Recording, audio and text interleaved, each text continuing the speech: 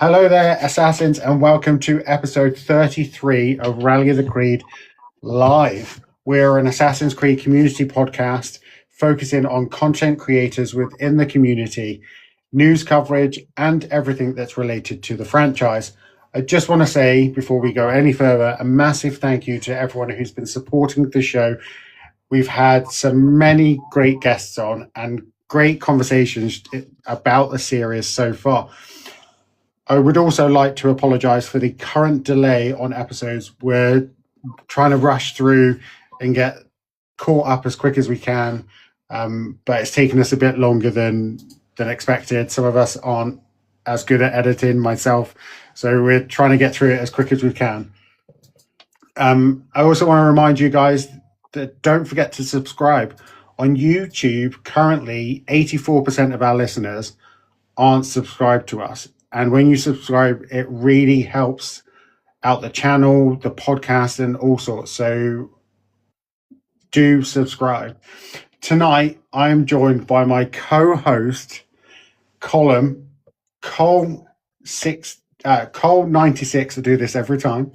The team leader for the ones who came before. It is great to have you on the show, Cole. And here are some of the topics that we will be discussing on tonight's show. Life in the Assassin's Creed community without Cole. Assassin's Creed Shadows hacked after 11 months, hackers have announced. Ubisoft announces new leadership team for Assassin's Creed. Clint Hocking, hopefully I said that correctly, Hexe director, has left Ubisoft as part of the franchise upheaval. And Tom Henderson is claiming that Assassin's Creed Hexe may feature the GOAT himself, Ezio Auditore. But before we get into all of that, how are you doing, Cole? Good, thank you, James. I'm a bit sad that this day has finally come, but yeah, I'm looking forward to the episode. Lots of interesting topics to get into, but yeah, I can't believe 6 months have flown by this quickly, and now I'm on my final day with the ones that came before for 6 months. So this is my break from content creation due to taking paternity leave, and I've decided to step away from the ones that came before and just to focus on family life, to be honest, guys. And that's the main thing. I just want to be more present in the moment and enjoy my time with newborn baby, who should be here in the next 9 days. So that's crazy, isn't it? But yeah, the plan's been in place for a long time, but yeah, the day is finally here. But yeah, looking forward to getting into it all with you, James. Brilliant. Yeah, it's been a long time coming. Obviously, we've known about it for a while.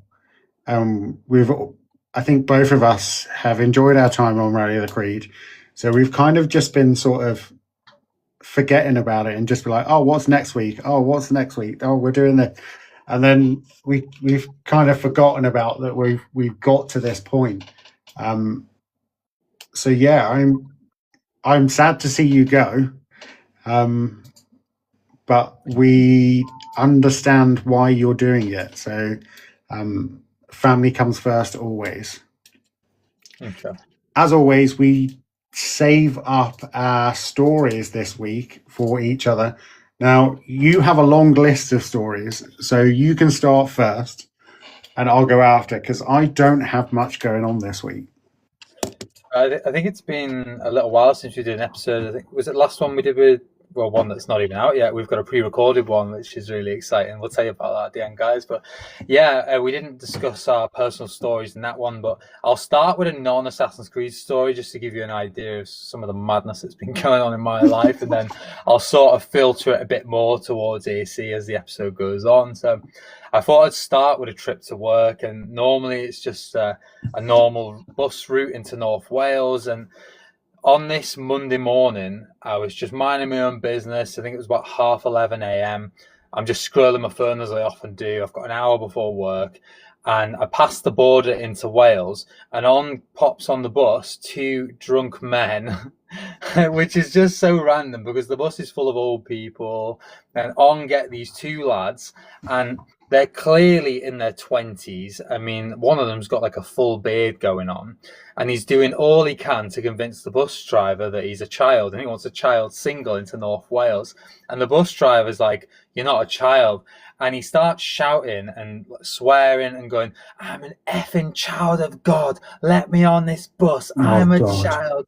And it was getting pretty heated, and we're all just sat watching, like, what is this guy doing? Like, the difference is like £1, maybe. It's not a lot. The most you'll pay for your bus is like £3 on that route. Anyhow, he's kicking off, and the bus driver's like, no, I can tell you're not a child. And in the end, he had to do the tap on, which is where you pay for the amount of stops you travel. So the bus driver just wasn't having it. And then his mate behind him was just like, I'm really sorry. I'm really sorry. We've been to the pub. I'm really sorry.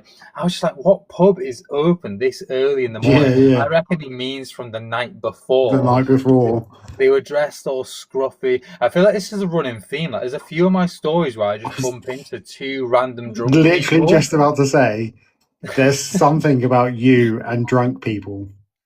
You and alcoholics. It just seems to be, every time we have one of these stories, I just bump into them. What was it? The guy outside the shop was the last one we talked about. Yeah, this is the thing. They travel in pairs as well. these lads, often the start of the week, midweek, sometimes early morning, and off they travel with alcohol in hand quite often, and just causing like terror around the world. And I wonder if it's just where I live or if it's all around the UK. Maybe this is what people do now, they travel in pairs. But yeah, the Child of God story, I thought I'd let you know, but obviously nothing to do with it. So moving on, guys, another story I'd like to get into as well is recently I've been attending soft play centres with my little boy, and we've really been getting into the parkour training. So he's 3 years old, my little lad, and quite often when we go around 11 or 12, it's empty in these places, and they're obviously built for children, but they're quite sturdy. So I've been testing my abilities, I've been testing his abilities, and when it's quiet, I'm fully going for it. And it's a case of like running up and down the slides, jumping into ball pits, and yeah, just giving it a real go. And yeah, I'm really proud to say that he's really like starting to move like an assassin. So I feel like we're heading in the right direction. The training's going well. And James, I was wondering if you ever did this with your kids. Not really parkour, but we do soft play. Yeah. Not so much now. They're a bit older, but when we did do soft play, I'd run around, and the one that we've got has got like two rolling pins. Nice. You have to squeeze through, and I'm not as slim as I used to be, so it's a real tight squeeze to get through these.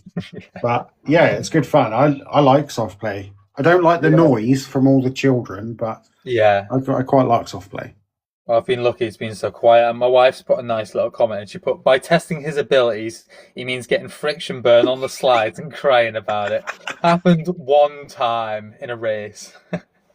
But yeah, it's good to see he's taking an interest in like the general movement of it, like running, sliding, and just like, it just feels like the rooftop scenes from AC3. Yeah. So yeah, we're really starting to move at some top speed. Yeah, it's good fun. So I've been enjoying that.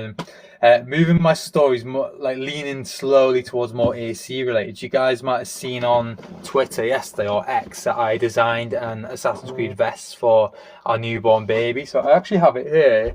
We did. I can show you here. So I did actually steal the design from an official UB workshop idea. So it's Assassin Training Academy. Drew it myself with marker pens and and then on the back, obviously it'll be backwards for you guys, but I've put caution, assassin in training, synchronizing high chair viewpoints with a little eagle on it. The high chair viewpoints did make me giggle when I read it. I was like, I could just picture. So when the baby tries to jump off the high chair and cracks its head on the floor. Oh God. We can say that this was Cole's training, and the Templars moved the hay bales. As always, I'll place pillows beneath and ensure nothing like that happens. But yeah, the hay bale stories are great on the Valentine's Day episode. But yeah, I actually got quite a lot of nice comments on my designs, for my vest. I'm not known for my artwork, and took about 15 minutes, and it's funny because all of my wife's family have like designed them as well, and they're all like dead colourful. I've gone like black and white. So why not? It's going to be dead cute. I'll send you a photo when baby's wearing, and Yeah, hopefully definitely. it fits, and hopefully they appreciate the design. Just need to get some like maybe a rubber sword or something. I've got a giant two-handed great sword. You could probably just something like that, just that they could hold. Maybe a wooden. When we go to castles and stuff, they sell the wooden daggers and stuff, don't they? So you can just get one of those and just get him to hold it. We'll do some early years cosplay. Yeah, there you go. Make all our cosplay guest stars. A soft toy version of a sword. Yeah. See? That'd be cute. They have them at White Castle. I'll still send you some updates of what I'm up to if you want to share with people. Yeah, we'll do. Whilst I'm away. His baby's going to grow so much in 6 months. It's crazy. So yeah, I guess that's like the main thing I've been doing. And then I guess behind the scenes, it's just been like preparing everyone. Like we all knew this day was coming. I've been recording so many like videos of like how to for the team. Like how does Cole do this? How does he do that? And it's just so like I can live in the moment really and not be like messaged every single day. I will be deleting Discord as well, just so I can like focus a bit better because I get distracted very easily and I don't want to be like scrolling my phone the whole time, to be honest. And yeah, James, I was wondering, did you see what the video content creation team released today? Obviously, you're the head of it, but I'm not sure you had time to watch it yet. It was the interview with Magnus Brun. I hadn't watched it yet. I had discussed with Gustav about the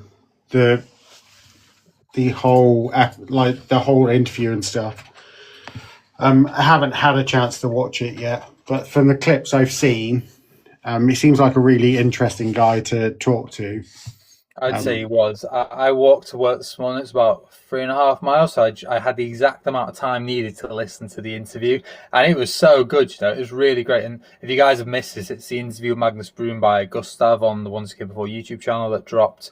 And it's just incredible to hear the way he speaks about the design process of Assassin's Creed, the casting, the like interview process, because they never know it's for a game at first. And yeah, it's really interesting to hear. And he's such a great person as well. Like, a really like charitable person who really cares about other people. So yeah, I think it was one of the most important conversations we've had recently. So I really enjoyed listening to it, and big up Gustav for putting that out and asking real questions about like life advice and stuff. But yeah, I definitely recommend everyone checks it out. And it really ends on like a really sweet message, and you can tell Magnus is such a great guy. And it's funny because you watch his character in The Last Kingdom and he's this obviously like brute of a character, and then you hear him, and I imagine he'd be the same when you meet him as well. He's such like an interesting person and so lovely. I mean, he was saying about visiting kids in hospital with illnesses and stuff. Like, he's such a great guy, and it's just genuine as well. That's how it comes across, as like very authentic and genuine, and he really cares. So yeah, I really enjoyed that interview and fully recommend it. So we'll leave that in the description, and if you get a chance, James, we'll promote that as much as we can because it was a really great one, and it's had some really great comments as well on YouTube. It's starting to build up a bit of an audience, so that's great to see, and fully recommend for you guys at home as well. Yeah, it's good to, because he hasn't done an interview for a while, has he, Gustav? It's been a little while, yeah. It'd probably be the Roger Craig Smith one, I think of. He's getting through the voice actors now, though. Yeah. All the voice actors that I've emailed to come on the podcast as well.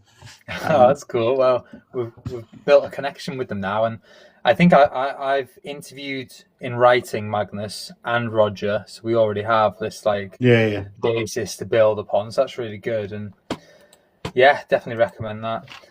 Not really a story, James, but moving on to another piece as well. Did you see this video that was floating around TikTok and Twitter recently? It was from Family Guy. And what we'll do, guys, is we'll add it in the post so you guys can see it properly. But James, I thought for now you could flip your camera and show people as we watch it together and like react to it. But like in the post, we'll just overlay it. Just give me... Because I got to say, I was laughing so hard when I saw it. The thing is, it's a funny video, but it is also 100% true.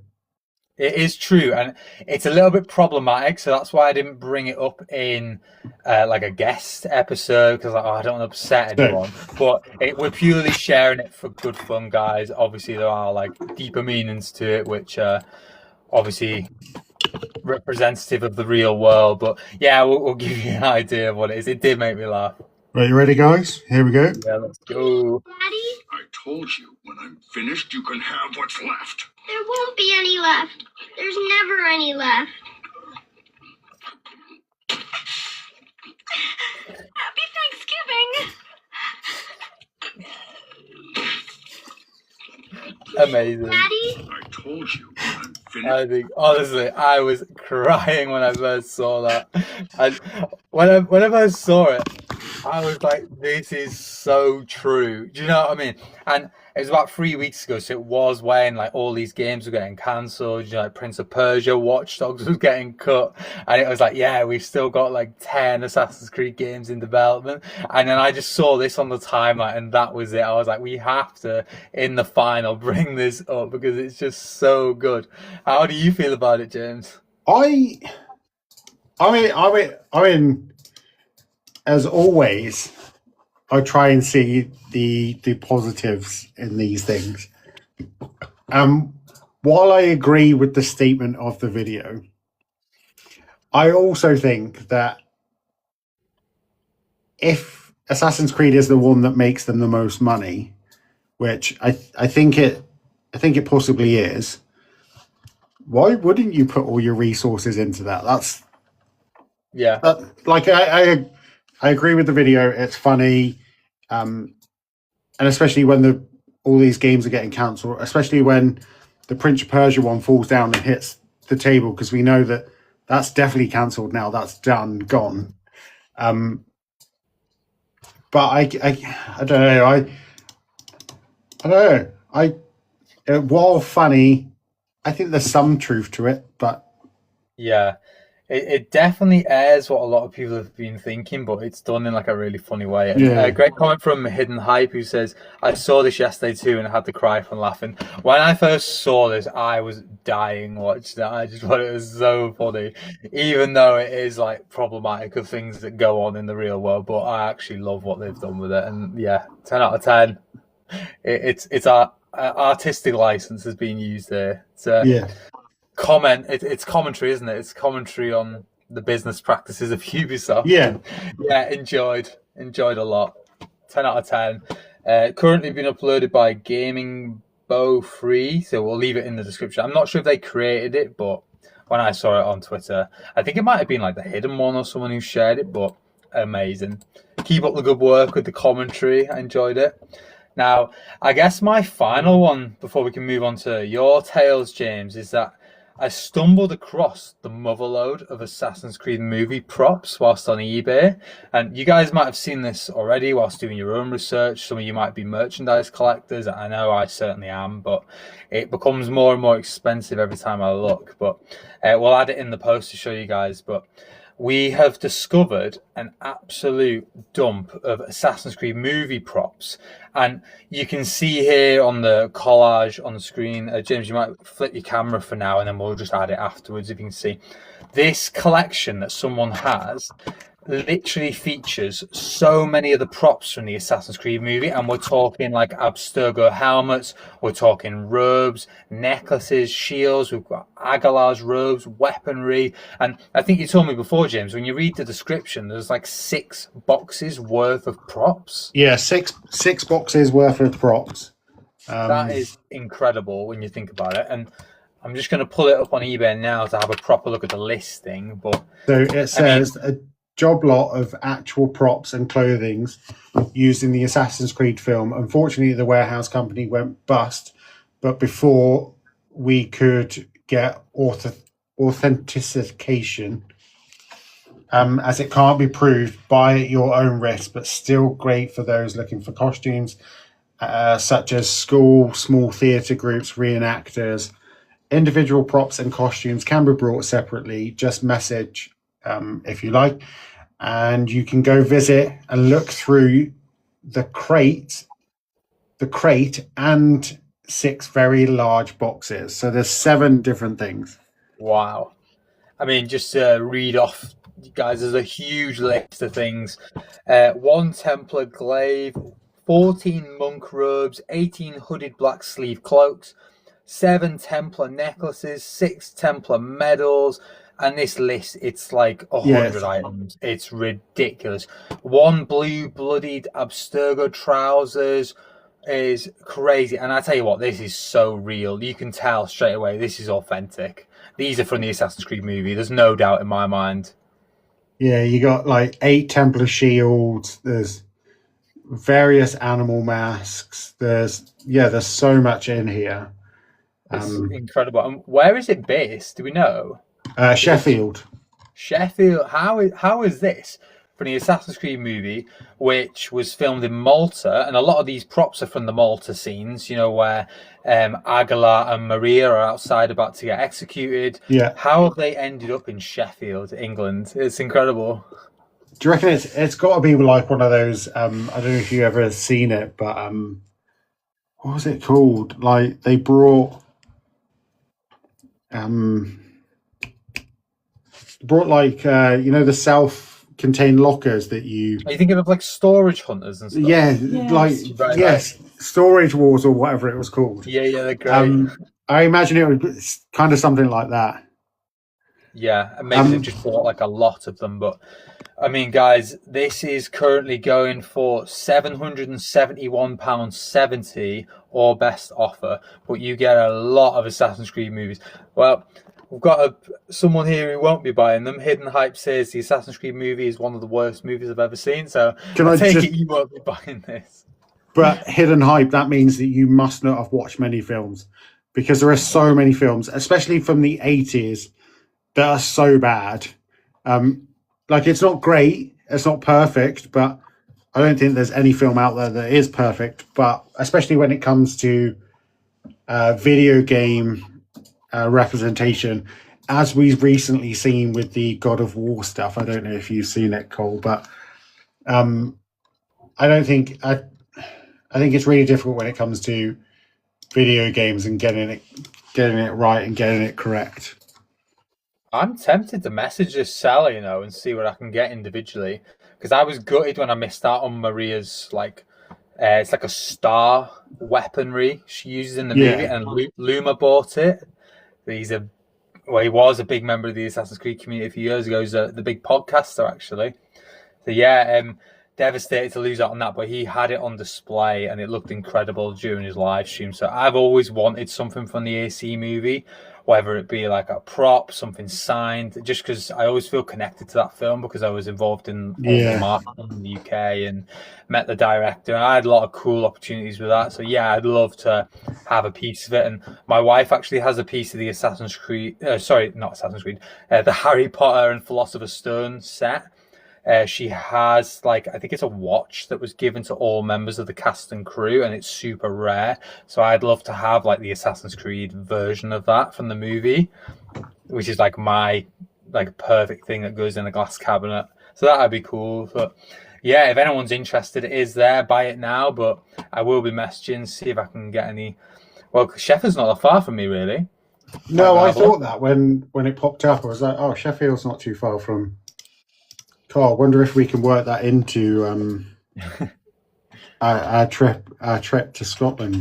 Just definitely. Minor detour. Yeah, definitely. It's about an hour and a half for me, but I'd love to dig through the crates and see the AC movie props. I think that'd be really cool. Be a good day out, James. Yeah, see, take the both of you. It'd be it'd be great. And that's it for my stories, really, James. You've written Make Sourdough. Yeah, I really haven't done a lot this week. Or since the last time we spoke, really. I've been so busy with work and stuff. It's actually crazy. And tomorrow starts my 6-day week of 9 to 10 hour days. It's going to be a long week. So I haven't really had a lot to do. I also have some videos that I need to record for myself, all my favorite assassins and stuff. But I've literally got the script written. I just haven't found the time to record it. It's just so much going on right now. Nicola's been away this weekend, so I've had the kids this week. And while I was out in Leamington today, there's like a memorial stone thing. It's got like a cage door on it, and there's like a statue inside this cage. Now, while I was with the kids, I was going to go over and record this cage door because I'd already recorded it some while ago, saying that I've played enough video games to know that you have to collect 6 keys and then there's a special armor behind this lock door and da-da-da. I came home, opened up my TikTok account, and you know where you've done previous videos? That video popped up a year ago today. Oh, wow. I recorded that video already. So I was like, I didn't need to record it because I'd already recorded it already. Amazing. I have to pick the best version. Yeah, but I made sourdough. So I keep getting comments that I need to do a bit more cooking. I need to do some cooking content on my channel. So sourdough is really big right now. So I thought I'll give it a go. Spoke to a friend of mine on how to do it, what I needed. So yeah, I started making it at the beginning of the week because you have to feed your starter and stuff and you have to look after it. And then I started making it yesterday, but it takes a good day to make it. It's only 40 minutes to bake it, but you have to fold it for 2 hours. Wow. Then you have to leave it for 5 hours. Then you have to put it in the fridge for 12 hours. There's so many different, but in actual fact, it came out really well today and we had it for lunch. So that's literally all I've done. That's my entire story. Well, I look forward to seeing all the chef content, and I was wondering if you'd do a Rally the Creed with just like throw people off and just do like a complete cooking episode. Just randomly talking. That's it. I mean, I know the Podyssey did an episode just about Oblivion. And it was like, this is an Assassin's Creed podcast, and then they just like went rogue and just literally like 90% talked about like Oblivion and Bethesda. Yeah, it was really good. To be fair, we are in Scotland, and I have to do an episode while we're in Scotland. So on that episode, I might just do me and potentially walking around a castle or something with earphones in, just that'd be really good. Just talking random rubbish to everybody, and or just find a local who knows the place and get them to tell you about the history or something. Well, we went to one of my relatives. When did we go with Bonnie? I wanted to go. The samurai exhibit in London. When we went to that, I genuinely thought about talking to one of the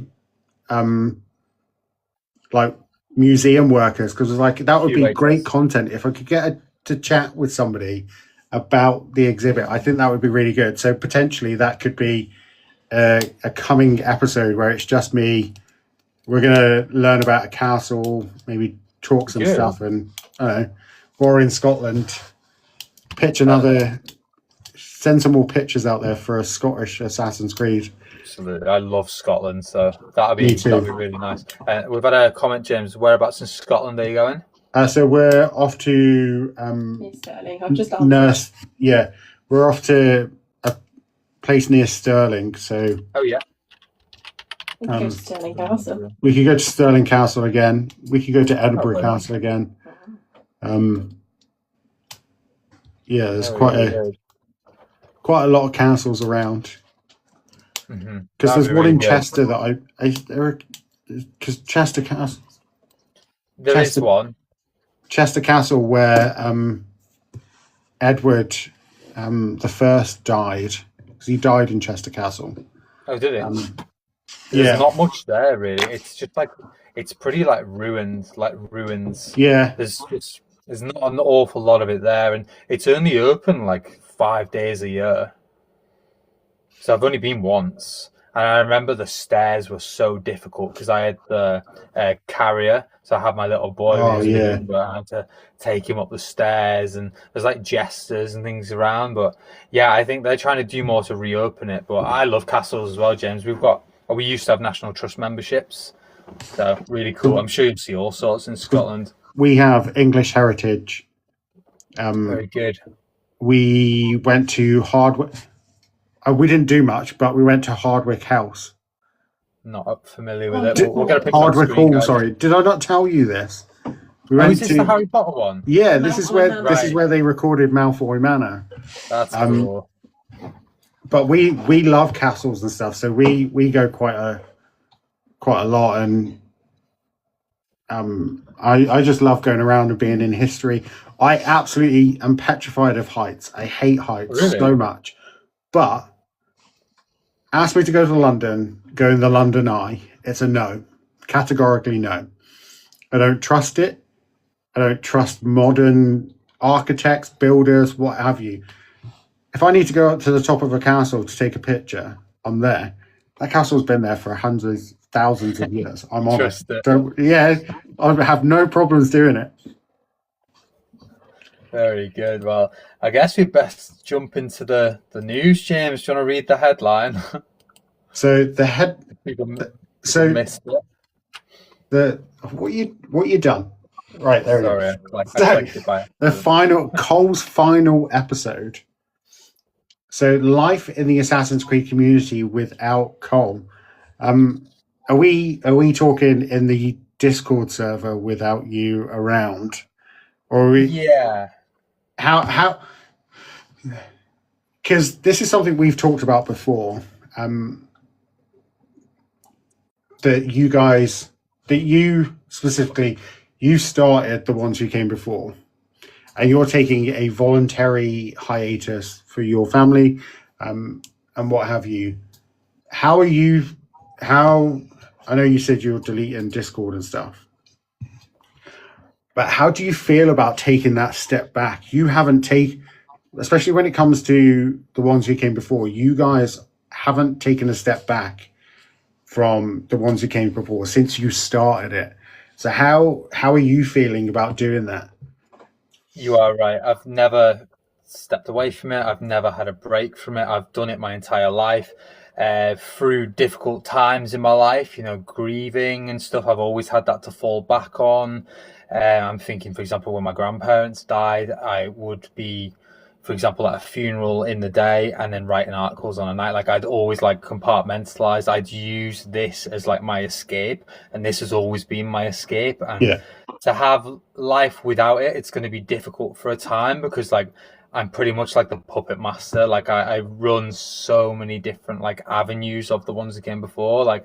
You mentioned it before that there's a team of 9 now stepping in to sort of lead, but yeah, my brain never really switches off from it, so it's going to be really tricky, but I also see it as an opportunity. It's a great moment for the team to step in and put their own spin on things. I am really looking forward to stepping back and be able to consume the ones that came before content as a fan, and just hit pause on the content creator journey. I'm lucky. I've never really had burnout really. So I know a lot of content creators go through burnout and then take some time off and then come back. I've never really had that at all. And yeah, it's just about putting the kids first and the family first. And for me, I think that the good outweighs the bad. And even though I will miss it and I will miss hosting Rally the Creed, of course, I will still be here in the chat watching if life allows it and if the wife allows it, more likely.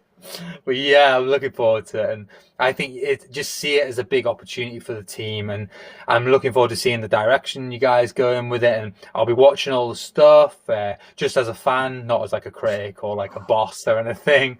I'll be supporting you guys, and yeah, it'll be interesting to see where you guys take it in the 6 months I'm off. So, and as well, working together as a team and sort of dealing with the behind the scenes admin problems that I've had to deal with as well.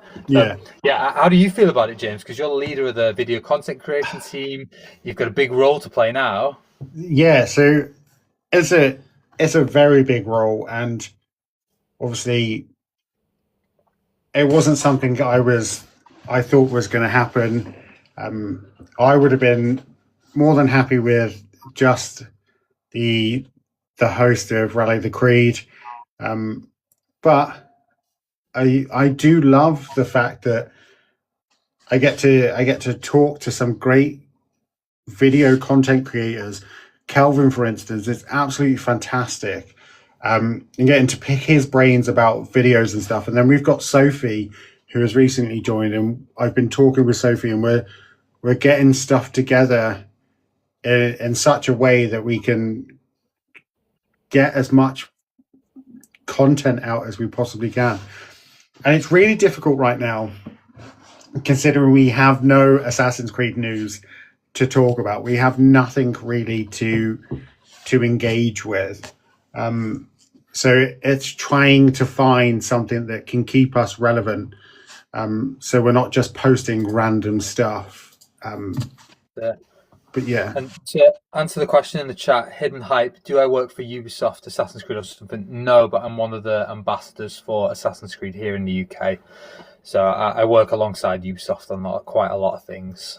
So yeah, in terms of like going forward, James, how do you think it'll look? Like in terms of like how you guys will operate the ones again before? Like, are you thinking, because the way I'd like it to work really is like votes and things, but with 9 people, it'll be interesting to see how it works. There's a lot of people, a lot of different time zones. Probably will take a bit of time for you guys to get used to it. I was going to say, I think the first few weeks it will be I'm imagining the first few weeks something's going to get missed, or something's going to get lost. But I think that's a good thing, because it's all a learning curve, and you don't learn from getting everything right all the time. You learn from making mistakes. So that's the only way we can grow. Then that's fine. We'll get through it together. I've spoken to Zephyrus. We're looking at getting the video content team and the social media team kind of working in tandem, if possible, where we can what they're posting on social media, and what we post on our socials on TikTok and YouTube and stuff, is that they sort of coincide with each other. Mm-hmm. So it can be like, if we're, let's say, one of the questions that is posted on the social media, on the Twitter account, is, what's your favorite sea shanty? Then we can make a video asking, guys, what's your favorite sea shanty? So the two kind of match up together. It's just trying to work out the little kinks and stuff. There's not a lot of us that can make videos, and making videos takes a lot longer than it takes a lot longer making a video than it does just putting a post up on social media. So it's these little things that we have to work out. So yeah, it's just a learning curve, and I'm interested to see how it's going, especially recently doing some of the editing as well. That's never been my strong suit. So it's good. I like that people are being put in situations that are a bit more challenging. They're not used to, learning as they go. And I think that's what it's all about, really. And that's how you grow as a person, and your skills as well. So, yeah, I think definitely like a lot of the task assignments going to other people, things that I'd normally do, definitely some challenges. But I'm hoping I've left enough resources, internal videos, plans and things, and people can just run with that and find a way of making it work. But yeah, I'm excited to see what you guys come up with, especially in the first month, and it's gonna be really interesting. And I wanted to go in sort of like the way I have prepared the team for like my absence, really, and it's just really been like a case of like documents of like planning, here's people's roles. And to start with, it was just me as like team leader, but over the last like 6 months I've built like a core team. There's 25 members of the ones that came before, possibly 26. Now we've got Sophie. So yeah, there's a lot of us, and slowly, bit by bit, I've assigned leadership roles within the group. So we've got like a writing team leader, art team leader. James is the video content creation team leader.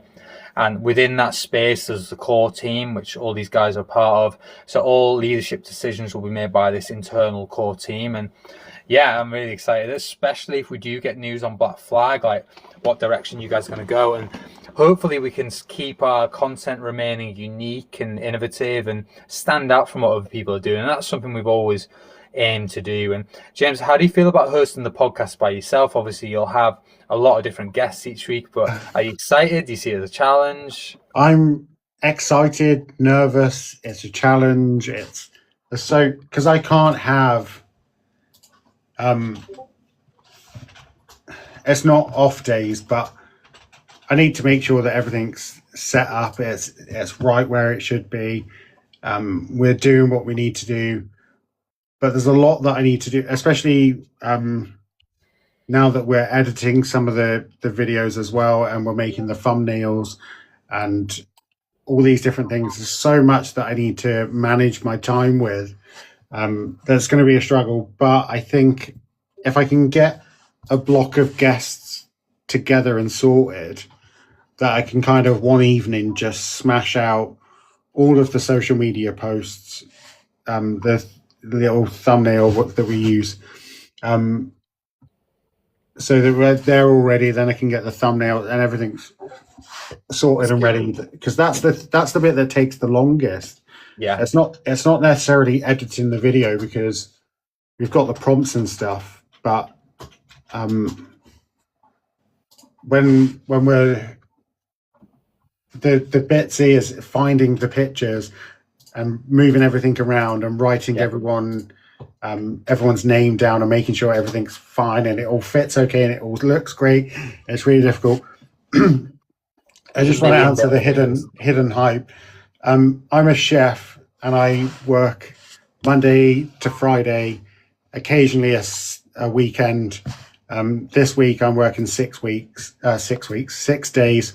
So it's going to be a very busy week for me. So that's time management that I'm going to struggle with the most this week, but we'll get there. And I wanted to go into sort of like my wife's reaction to when I asked her. I asked her if she'll miss me podcasting, and obviously every Sunday night we've had to like make sure there's no one in the background. So like for example, I've had to boot her out and she's had to go upstairs to watch her videos, and this is every Sunday night. The lighting as well. I just turn the lights off and I'm like, right, I'm podcasting in 5 minutes. Are you still here? Like it's a bit like that. Get out. A bit. It's not as bad as it was, because I was originally, if you guys remember, I was in the room upstairs and it was the room next door to my little boy, so you could hear him shouting, you could hear him crying, and like every so often I'd have to like mute my mic and stuff. But it's not like that anymore, thankfully. But yeah, her response to when I asked if she'll miss me podcasting, she said the only thing I'll miss is having the whole bed to myself for a few hours. The need. I was just like, oh, nice one, thank you very much. Thanks for that. I've been a voice of the Assassin's Creed community. People actually come here to hear like us talk about our opinions and stuff. And she's like, no, you chat shit on podcasts. Yeah, but okay, I'm going to say so. We do chat shit, but we do it in a fun way. Yeah, we do. Honestly, what I'll miss most of all is just our like fun discussions and like our takes on things, because we sort of save them, don't we, for the podcast. We don't always like message with our opinions and stuff like it, so it's just nice like bringing it together. And quite often we're on like polar opposites, so it's really interesting to hear like a different perspective. And that's what I love as well, getting the guests on, and especially when it's like a unique field that I know nothing about. So like for example, recently I've had Sync Breaker on, a fascinating guest, all about the modding community and how to use Unreal Engine and the scripting, and that was so interesting. And then you compare that episode to like one with a cosplayer like Rick Bower that you did, James. Like, incredible. Like, we're always learning about the different corners of the Assassin's Creed community, and we're not afraid to branch out and dive into the challenges, why people do it, and how people are showing their passion for Assassin's Creed in different ways. And yeah, I will miss these discussions, but I'm looking forward to what you do with it, James. And you mentioned before the stream that you're looking forward to getting historians on, voice actors, you're looking forward to getting community members on, and sort of like looking, like I mentioned, all avenues of the community really rallying the Creed together. And I think that's what's so special about this podcast. Yeah, because it'd be really easy of us to talk to content creators that play Assassin's Creed, but like we've discussed before, cosplaying is an art, so that's another thing that we can talk about. But also from a historical point of view, which is 9 times out of 10 why most people play Assassin's Creed, it's for the historical setting. I know it's one of the first things that is one of the first reasons I gravitated towards AC1 all those many years ago, is because of the historical element. It wasn't because of this action adventure gameplay. It was because of the historical stuff. So why not let's have a chat with some people that know history, and let's get to know these things. That'd be good. I've had a look at the list. There's well over 50 guests lined up for potentially joining us. So really cool. And I will keep adding to that. You know, if I ever come across someone, I'll just jump on the documents and add some suggestions for you. Because I will be consuming our content as a fan, but obviously I really want the best for the team, and looking forward to the episodes. And James, we sort of mentioned this before the show, but I don't think I've worded it very well. But I don't think I wrote in the notes, guys, that when I leave the ones that came before, it's going to leave a power vacuum. And do you know what I mean by that? I do and I don't, because I was trying to work out. A power vacuum makes it sound like we're all gonna like load up like the Thunderdome and start Mad Maxing and just kicking each other's asses and stuff. Yeah. But I think what you're trying to say is that now that you're not here, being the mastermind behind it all, that opportunity and that vacuum that's going to leave. But power vacuum sounds very Mad Maxy. Definitely like a movie or something. And that's not really what I was going for. I more meant to say that I feel like I've used this platform to like give an honest representation and like a real honest like commentary on my opinions on Assassin's Creed. And quite often what I see is I'll give my opinions and then I'll see it like other people's like takes on things, and quite often they align, they're very similar. I'm not saying people copy, by the way. I'm just saying that quite often my thinking is very similar to other people's within the community without realizing it. So it sometimes feel like, wow, I feel like I've like been a voice of the AC community on this topic. Do you know what I mean? So I feel like yes, not all the time, but I feel like I have used this platform in a way that like has represented my honest thoughts and opinions. Like I've been called a shill in the past, and I think this podcast has really proved that I'm the complete opposite. So I think this opens up the door for a lot of other people to do the same. I mean, obviously, using our platforms. I mean, there's about 80,000 followers across all platforms, and even this podcast, it's like a great opportunity to spotlight people's opinions and things. And I am really happy with the way I've conducted myself on it. And like even so, like I will still be like posting clips from previous episodes.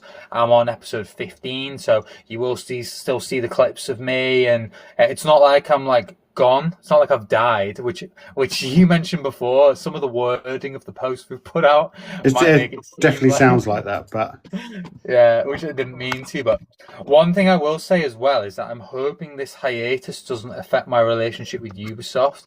I mean, it's 6 months of me not creating content, but I'm hoping that can be strong still. And obviously I'll still reply to emails. I'll still attend events hopefully if they send them my way behind the scenes. But yeah, I just hope it doesn't damage it in any way, and I hope they can be like understanding of why I'm doing it. And I mean, like, for example, there was an event 3 months ago that a lot of people attended in the AC community where they all went to Bordeaux, to the studio. Yeah. Which is now a tech support studio, sadly. But they all managed to attend, but I couldn't get childcare in time. So yeah, it just shows like the stage of my life where I'm at now, where I have to focus on family and find that balance. Really, I'd love to be able to do everything, but yeah, it's difficult. But hopefully when I come back in 6 months, maybe we've got a Black Flag game out now and we can start focusing on Hexe in the future. And when I come back, I'll hit the ground running. I'll be really focused on the podcast, charity work, leading the ones that came before, and I'll have had 6 months to think about it.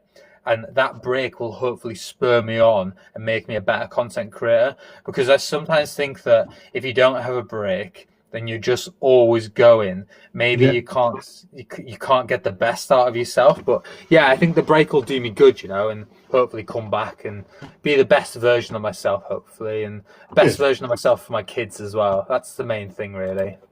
Good. I'm just trying to sort out. Oh, there we go. We have a surprise guest on, guys. So this is one of two possible guests. Hello. We have a surprise. We have a raid right now going on. So hello. We're doing a little Podyssey takeover. Yeah. We come to see you out. Hello, Lewis. Great to see you, mate. And yeah. All your listeners, of course. This is Willis Makes Movies from the Podyssey. It's great to see you, mate. Yeah, great to see you too. I'm supposed to be joined by Harrison as well, but he's been a bit quiet, so it's a one-man takeover for now. But he should be joining too shortly. Oh, that's incredible! Thank you for joining. I actually finished the most recent Podyssey episode yesterday, so this is great timing. Oh, amazing! Well, we just released 47 today. Perfect. Which is that the worst Assassin's Creed one? I think I started watching that. That is ranking every Assassin's Creed story. That includes the short films, spin-offs.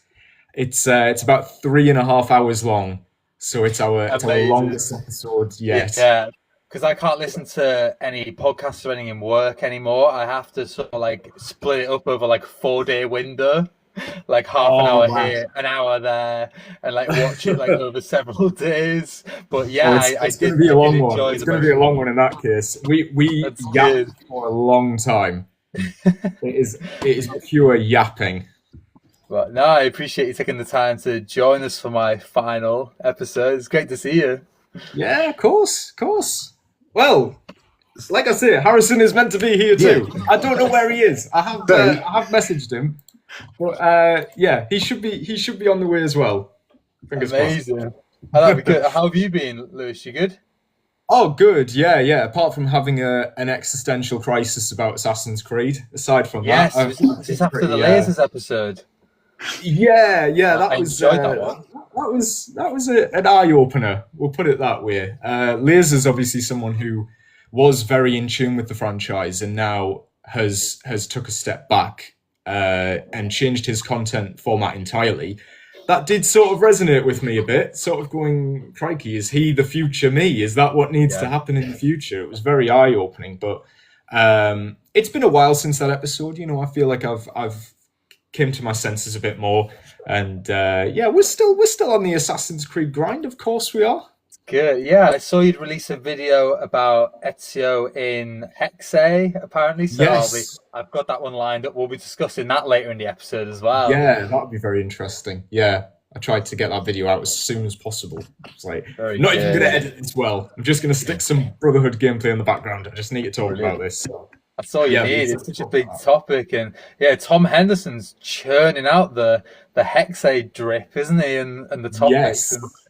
Yes. Which is good. It gives us news. Gives us news to talk about. And I think a lot of the stuff he's saying is positive as well. Yes, which is nice to see about Assassin's Creed, because obviously we've gone through the last few weeks which have been very negative in terms of Ubisoft and the practices that have gone on in terms of like the company, and very financially based decisions. So yeah, looking forward to hopefully some positives, future for the company and the people who work there. And yeah, in terms of content as well, hopefully we can have like a nice perspective on on Ubisoft's future releases. And I know Valley of Memory was a big one which people really enjoyed, so that's cool to see. Yeah, I mean, hopefully, I mean, Valley of Memory should have been the start of something. I felt like it was more a foot end, you know, sort of like the last hurrah of sort of that era of Assassin's Creed. So I really don't know what to expect going forward. You know, there could be good things on the horizon. Definitely a change up in management, so we know that, you know, creatively they're going to be very different games. But yeah, I'm cautiously optimistic. I am quite optimistic about what we're hearing about certain projects. I feel like at least Hexe has a good foundation at the minute. I'm not so sure about Black Flag. The lack of information on that gets me a little bit worried. And also, Invictus sounds like a mess. But at least maybe once the current regime is like filtered out and we start to get a fresh start, I'm looking forward to that. I think that's going to be exciting, at least. I hope so. And with the new leadership structure within Ubisoft as well, hopefully they can take it in a better direction than what it has been going. Hopefully so. Fingers crossed. So I was wondering if you had any plans for the Podyssey takeover of this episode, James, because I had no idea this was coming. What a nice surprise. I thought that for your last episode, we needed to do something big and we needed to do something grand. And my only thought is that after your episode on the Podyssey, we talked about doing a like crossover of the two. That's cool. So why not do it without you knowing that we're going to do it? Even better. Yeah. So I spoke to Ash. Ash knew about it. I was like, do you think that he's going to mind if we gate crash his final episode? And she was like, no, I think he'll like it. I was like, I'm glad you said that, because if he doesn't, this could go terribly wrong right now. And one of the first questions that both Lewis and Harrison were like, is he going to be okay with this? Is this We don't want to steal your thunder on the last episode, you know? No, it's great fun. Glad you have. It's going to be good fun, especially when we get Harrison in, get the whole gang in. It's cool. So it was just finding the right moment. Prod him. I just need to prod him to get him to show up. Finding the right moment to join in. Yes. Yeah. It was like you were talking, and while you were talking, I sent the invite. I was tapping away. I had the invite on my screen for like a full minute, and I was like, "Oh, well, I don't just want to join when you're mid-sentence, so I'll just like let you wait. Wrap up, and then just pop on in." I've been sitting here for the last like whenever you started, like 9:45. I've been sat here just thinking, "Oh, when am I going to make my appearance?" It's really great to see, and yeah, I guess in terms of like the Podyssey, I'll definitely have to watch a new episode then, all the rankings and stuff. So that's cool, and I'm looking forward to keeping up with Rally the Creed as not a content creator, as a fan, and obviously the Podyssey as well as a fan, and listening to it, and I think consuming Assassin's Creed media from now on without thinking from like a content creator point of view. So that is something that's going to be very challenging for me at first, but yeah, I'm looking forward to it as well. Oh, I think it's brilliant. I really enjoy, since being introduced to Rally the Creed, I do just tune in on a Sunday night now. I know it's like part of my routine. And I think there's been some really good episodes. I think, especially the Sync Breaker one, that was interesting. Because I've, obviously, I'm working with him in a sense, but I've never actually like heard him speak or like heard his opinions on AC. A lot of the stuff has just been like how we're going to logistically work it out. So that was a great episode. That was a great episode to like learn more about his processes and how he actually got into it. And I feel like, you guys are killing it. You're killing it every week.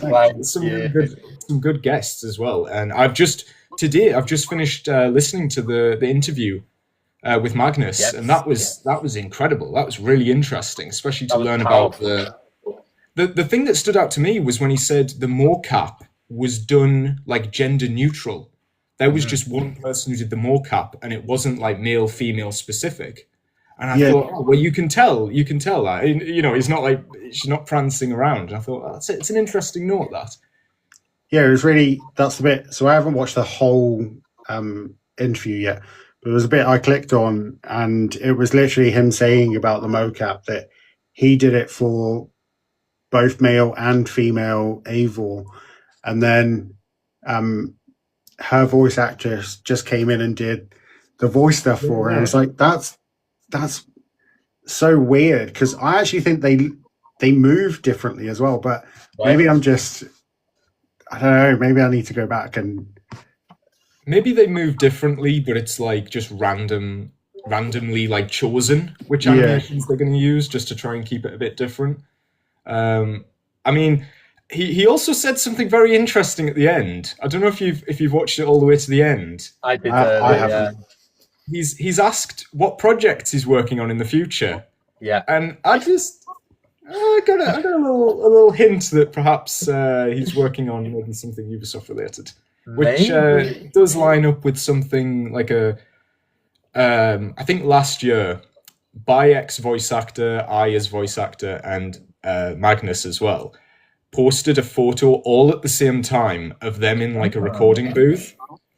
And just I don't want to add fuel to the fire, but I think perhaps it could be Invictus. I think that's literally what's happening there.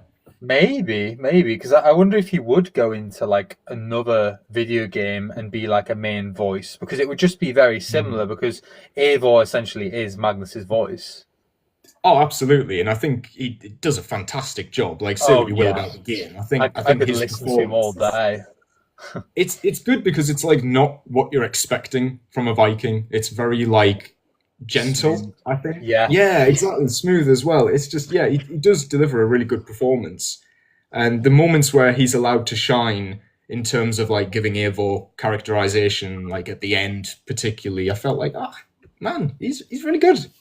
Yeah, that was really great. I love that interview, and I think Gustav did a great job. And the thing that stood out to me, Lewis, I mentioned it before, was I had no idea about his charity work. Incredible, and a lot of the things he was saying really like resonated with me as well. Like, I always try to do my best in the Assassin's Creed community with our like annual fundraisers and things. And wow, he's really doing things outside of acting that are making a difference to the world. So yeah, it really stood out to me, and even like the section on mental health as well. It was really powerful, and I think it was such an important conversation to be had. Yeah, it was really nice. It was really nice, even when he said just like, just pause for a minute and tell someone, like ring your family or your friends and tell them you love them. I thought that's such a nice note to end on, and especially like throughout, because it's true, like a big part of Valhalla's success was lockdown and the fact that everybody was on their own, and that carried a lot of the game, for people playing it for months. And even when he said like Cyberpunk was meant to come out during lockdown, then it got delayed, so people just continued with Valhalla. That was like the only big game around Christmas 2020. So of course, like the loneliness and the mental health side of it is a massive part, especially for that game. It was very, very, very well said. Very well said. Absolutely. And I think I mentioned it on our episode together on the Podyssey, where it really was like, for me, like sort of like my anchor. It was like my one daily thing was to go see Redder every day in lockdown. do you remember me saying? And yeah. How could I forget Redder? Slipping a bit into the alcohol territory as well. And lockdown was just a crazy time. And in terms of like mental health as well, it was just nice to have this like consistent like thing I could do where they were adding updates and stuff. And I really did like feel like he understood what that game was for a lot of people, and definitely recommend you guys. We'll leave it in the description. Definitely have a listen to that one, and powerful stuff, which was great to see. It was good. It makes me wish that I'd played Valhalla during lockdown. Because lockdown was really difficult for me. It was something that we've spoken about before. I couldn't see the kids for like 6 months while we were in lockdown. It was horrible. So I really wish that I could have that fond memory of sitting down and having that anchor. It's great that people have that, and I think this is the thing with Assassin's Creed. Everyone can remember where they were doing when they were playing a particular Assassin's Creed, when they were doing a certain mission. Like you said about Reddit, that's what you went to every day. All these different things. And I think that's why the franchise is so loved now, is because every game has a special place in someone's heart for some particular reason. I love that about Assassin's Creed. There are so many reasons to enjoy the franchise, so many reasons why people pick it up and play it. You know, before you mentioned history, for some people it's travel, because not everyone can travel. And yeah, I just think it's like the fantasy as well. Like, I know recently we haven't really been assassins, we've been like warriors and things, but for a lot of people who are interested in history, that's what they love. I mean, people who are into ninjas, they're into Vikings, so yeah, they've really been like going through all the different time periods. And yeah, there's always something different to love about Assassin's Creed. I think we mentioned it in our Valentine's Day special, James. The love theme came through. I think we're yet to release that one, but we are still editing that one right now. So. Yeah. But Lewis, as you're here, do you have access to our notes for this episode? No, he doesn't. We should jump straight into the news. He has no idea what's going on. I'm completely oblivious to what's going on. I was going to send them the link for the plan, but I wasn't sure if you could see if anyone looked at it who wasn't us.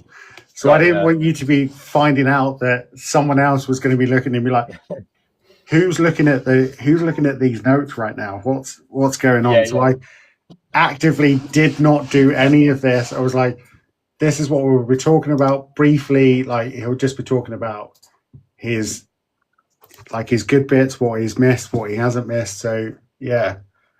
Yeah, so I've just sent it in our group chat, and this is me, Lewis, and Harrison, and it's called Red as Pals. Oh yes, I've got that now. Okay, cool. Amazing. So James, would you like to read off this headline to us? You're going to make me pronounce a name that I can't pronounce, aren't you? Like, this is a tricky one. Do your best. I can't even. Denuvo in Assassin's Creed Shadows hacked after 11 months. Now, I had to look at who these are. Mm-hmm. So it's the leading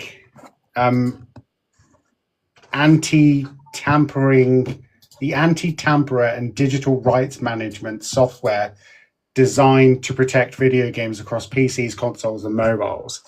So they were hacked so that people have claimed, I don't know how true this is. I don't even know what impact this will have on video games. So what do you guys... This happens every game, but it takes a long time for hackers to crack the Denuvo software, because it's like anti-tampering, anti-hacking. There's like layers and layers of like systematic like lock, and they have to like code their way in, and it's really difficult.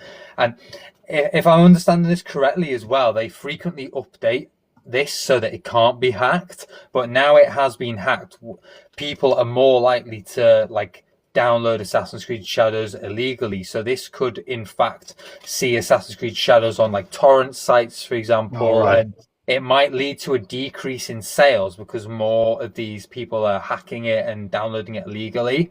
So it might actually affect sales. And now that they're in, I imagine that's it. Now they've got the base code of the game. They can share it. They can do whatever they like. But yeah, I know a lot of games have Denuvo, and there's actually like a bit of backlash when Ubisoft announced they were first using it for Assassin's Creed Shadows, because some people think it downgrades your performance of the game, like graphically, when you have this software on your computer. And I wonder if you've heard anything about it yourself, Lewis? I'm not familiar with this, but I can definitely tell you that running Shadows has been a nightmare for me from start to finish. Every update that comes out seems to break the game, and I need to like reconfigure settings and stuff. But I mean, I don't know how many people are going to play Shadows, to be honest. Yeah, me neither. Like, this is great that now you can get it pirated, but I don't know who's going to pirate it. I think anyone who's going to play it has already played it. Yeah, And anyone who's not going to bring going people to play in. it aren't going to illegally download it. So I don't. Yeah, maybe they've missed their window. And obviously, I'm not promoting pirating in any way, apart from Assassin's Creed Black Flag. If you want to play that. Oh, let me just. I have a message from Harrison. Oh, amazing! Is it a positive one? Yeah, he said he's here. Oh, awesome! So Perfect. But yeah, I just find it interesting that it's taken them a full 11 months to do it, and that shows the complexity of these systems. I know Call of Duty now has a crazy system where you have to go into your BIOS to play Warzone, and it's to install like an anti-hack software. I haven't even done it myself yet. I'm just playing DMZ on Modern Warfare because I can't be bothered going into the BIOS of the computer and turning on this anti-crack software, and again that apparently slows your computer down over time, and there's all these like negatives with it as well, and a lot of people are backlashing to that. So yeah, I guess they're always going to be bringing out these systems, but this one has finally been cracked, and I think 11 months, that's nearly a year of these hackers working in dark rooms, coding, I'm surprised they've put this much effort in. Yeah, I wonder if they said "I'm in" when they finally did it. You know, I'm hacking them in for him. Maybe it's one of those. It took them so long to do it that they just want bragging rights that they've finally done it. They finally did it. I finished. We started back when Shadows was like popular, and now it's just kind of like we've done it. Yeah. If anybody's interested. Was it popular? Supposedly it sold well. But yes. I don't think it's been able to maintain much of that. So I'll be surprised. I don't know. They said it sold better than Odyssey. They've not confirmed the exact numbers though, have they? No, they did like make a big post saying how many players they'd had.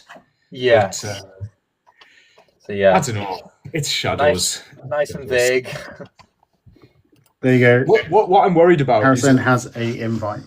Oh, awesome. What I'm worried about is it leads to the future games getting hacked. Hello. Hi, hang on. What's going on here? Hang on. Oh, my good friend, the Exile. Oh, here we go. Hey. Hello. I was meant to join when Lewis joined, but I've had a crazy nightmare of a... Don't worry. But I'm here now. It's good to have you, Exile. It's great I'm not to see even following you. Oh my gosh. I just followed you there. Sorry. How can you not be following your co-host? That is disgraceful. It's diabolical. Oh my god. It's a real Podyssey takeover now. Yeah, we're here. Thank you for joining me for my final episode. I know. Do appreciate your time, guys.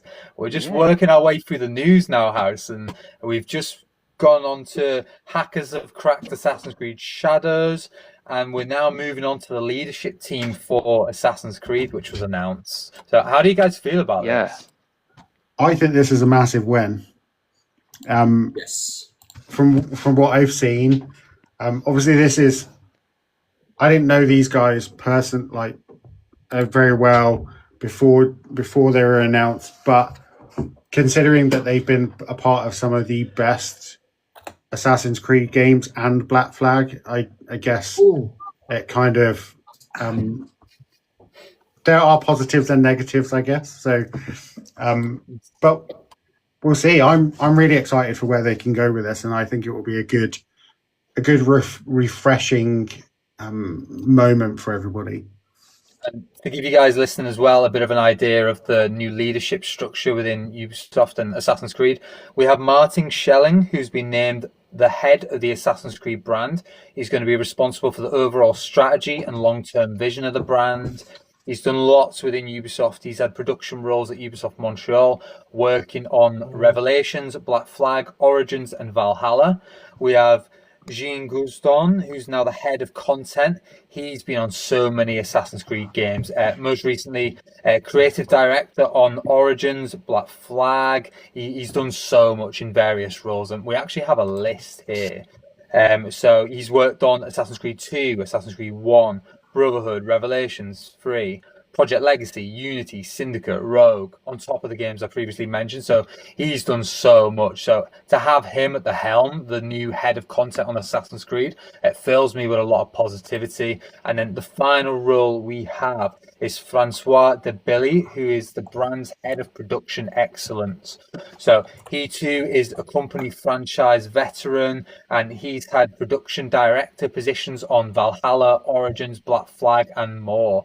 So he will be looking at the overall releases, and hopefully he can strengthen the production of the Assassin's Creed releases that we have going forward. So yeah, how do you guys from the Podyssey feel about this?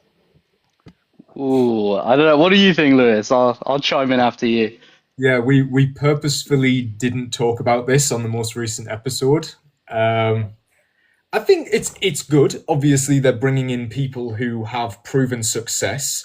It's very telling that none of them are from Quebec. They're all Montreal, because Montreal make the good games.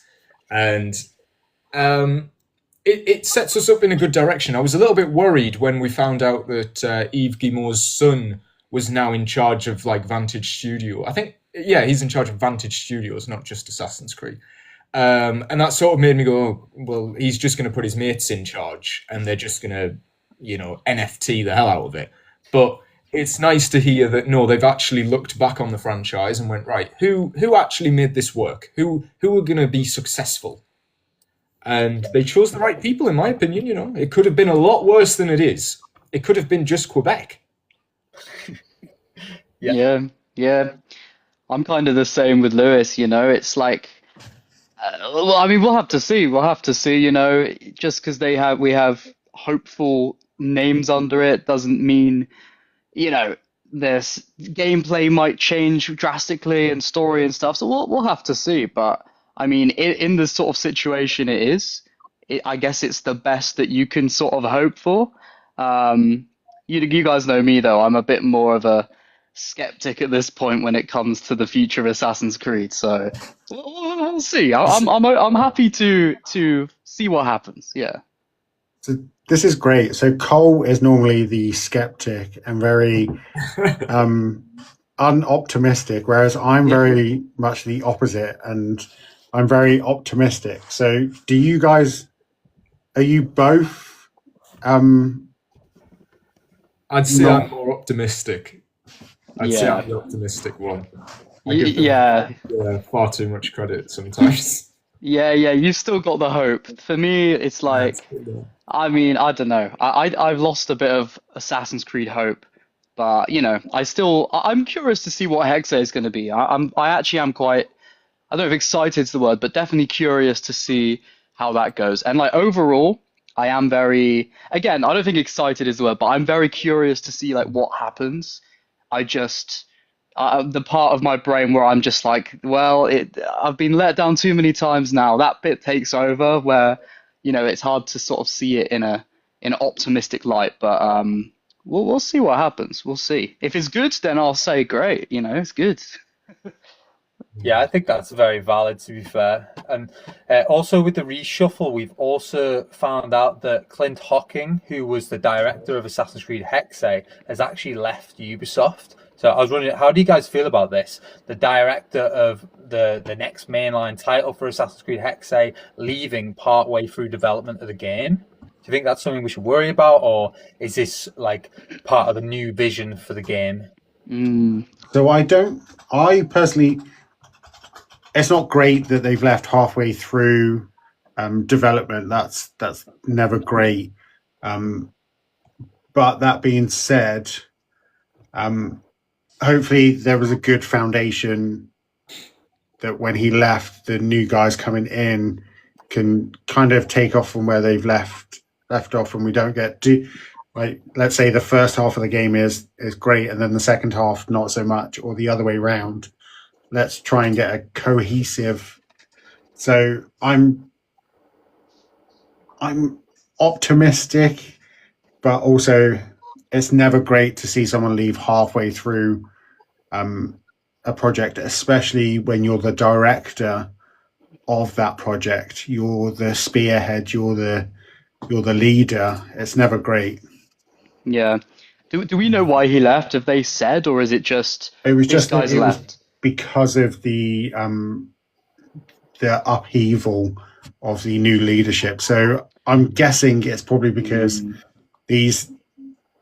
I'm not going to say better, but these veteran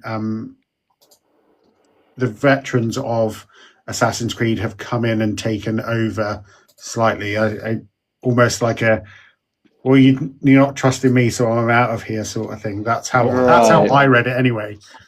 So Is I he guess is he gone from the company entirely, or has he just been took think off so. of? I think he left Ubisoft. Oh, so he wow. Okay. Yeah, so he went completely. I guess it Sounds similar to depends. Marco Lexi Corte, doesn't it? It's similar Yeah. story. I guess it all comes down to like the way at which he left, and I guess we're never really going to know everything. And I think in general with games, when you see the person that's pretty much in charge of the whole thing leave halfway through, it's never a good sign. It's been shown time and time again. So I mean, on face value, it's probably not the best sign that he's left for the game. But yeah, I don't know. This is the interesting thing because on the same day they announced that Clint Hocking had chosen to leave Ubisoft by all accounts on this. It was also revealed that Jean Guzon was going to step in and become the new creative director of Assassin's Creed Hexe. And he was the veteran developer before I mentioned, with the incredibly impressive repertoire of games he'd worked on. He's now moved into a new leadership position within the Assassin's Creed overall team. And now he's also going to be doing the Hexe director role. He's doing a lot right now. Is he Yeah. stretched too thin? It's a good point. I think so. I reckon that they've brought these three guys on to say, right, here's everything we're working on at the minute with Assassin's Creed. Here's all the projects. You have to go in and fix them. That's what I think's gone on. And with Hexe, you've got the most time to. I mean, you can't rewrite anything. You can't like it's been in development for 6 years at this point. It's the longest cycle of any Assassin's Creed game. You can't undo a lot of that work. But from what I've seen from like the leaks and stuff, it sounds like they're gonna try and like fix the end of the game. Like everything that's already been done is set in stone, but they're gonna try and like fix the unfinished bits and try and polish, script some Assassin's Creed stuff on the top, that sort of thing. I don't know. It would be interesting if it does like feel disjointed because of that. Yeah, Because it sounds like it's going to be a Witch game, and then it's going to pivot into an Assassin's Creed game when Ezio shows up, which is like, oh, okay. So, Glad you mentioned that, Lewis, because we are going to be going into Tom Henderson and some of the things he said recently. And I feel like every time he airs an episode of his podcast, there's new revelations about Assassin's Creed Hexe. And he does what we do. He just banks all his stories and then airs them all on the podcast. That I think we all do that. But recently, I've been looking at his tweets and all the headlines that have come out from the podcast that he runs. And yeah, some things to take away is that he's basically very positive about Assassin's Creed Hexe. It seems to be the game everyone at Ubisoft wants to work on, as opposed to Invictus, which is the game nobody wants to work on. yeah. So, yeah, it's interesting to see how the game's shaping up. And yeah, like I say, everyone wants to work on this one. So maybe this is why people are jumping ship and like moving towards this project. And again, you mentioned Ezio was meant to join. I've got a good rundown here. Joe Raptor's taken all the key points from the recent episode of the podcast that he's done. And this is Tom Henderson has said, they're completely redoing the combat with a lot of acrobatic moves. They hired a contortionist for the mocap. So we'll come back to that. That's something interesting. Ezio was planned to come in halfway through the game to teach the main character the ways of the assassin. Not sure if this is still the case. And this is seemingly the game many at Ubisoft Montreal want to work on, now planned for holiday 2027. So how do you guys feel about all them things? This dump of information. If they do have a contortionist on mocap, does that mean that we get to see some mocap in this game, or is it just going to be in one cutscene and then we never see it again? Yeah, that's a worry. I mean, it's going to be, for what we've heard, a much shorter game. If anything, maybe a bit more similar to the older style of Assassin's Creed. And I mean, if it is shorter and it's not a massive RPG with hundreds of, hours worth of dialogue, then maybe they can mocap the whole thing, like they did in like a Unity or a Syndicate. So, and if we're hearing stuff like this, I suppose that is a good sign towards that. I guess whether, it is what they mean mocap in story and that sort of thing, or they mean more mocap in, I don't know, like just, certain set piece moments or whatever. We'll have to see. But I was just noticing, like, the way that this is bunched together, they say they're redoing the combat and then the contortionist thing is part of the same point. Yeah. So that makes me feel like they're redoing the combat to include more, I guess, creepy moves. Yeah. Quite possibly. Like Isu monsters and stuff. Yeah, I'm wondering if she's going to be like possessed by an Isu or something like that. It's like crawling around on the ceiling or something. The cat's going to control her. Or like, what's her name from The Ring? She just walking around. But it's got to be that kind of thing. The thing that I would, probably. The thing that got me is that they're redoing the combat. I actually think that Shadow's combat wasn't the worst. It's probably, for me, it was the best in the RPG era. Especially animation-wise. So it didn't look as hack and slash. It feels like, why are we redoing something that was actually one of the things that you got? It would be like saying that they're redoing the stealth when we already had the best stealth we've had so far. So why would you redo it? It worries me that they're going to redo something and then they're going to take a step back and it's going to be too much, and they're going to rework something that didn't really need reworking, and then they've wasted a year or 2 years or whatever it might be getting it sorted. I see what you're saying, James. Yeah. Go on, XR. Oh no, I was just going to add to that point and say, it could be maybe the combat system is being retained and it's more just creating new animations to fit more, the setting more or something. And if the game is really different, like if it is really, very far away from what the RPG Assassin's Creed we know, maybe they're going to create a combat system to fit that more, maybe? I don't know. If it says redo, I figure that means originally it was just the RPG combat. But then they decided to change it, yeah. So maybe I'm thinking it might be more like a Unity sort of situation where they're trying to make it more difficult. Yeah, maybe. More acrobatic might mean like more difficult moves to pull off, so you're more encouraged to use stealth if it is going for that horror sort of aspect. I'm thinking like a change of body type. So when it says like acrobatic moves, contortionists, normally very slender, skinny people who can do these sort of moves, very flexible individuals. So I think it gives us a bit of an idea of what our main character's body type might look like. Yeah, true. Yeah. What they can achieve.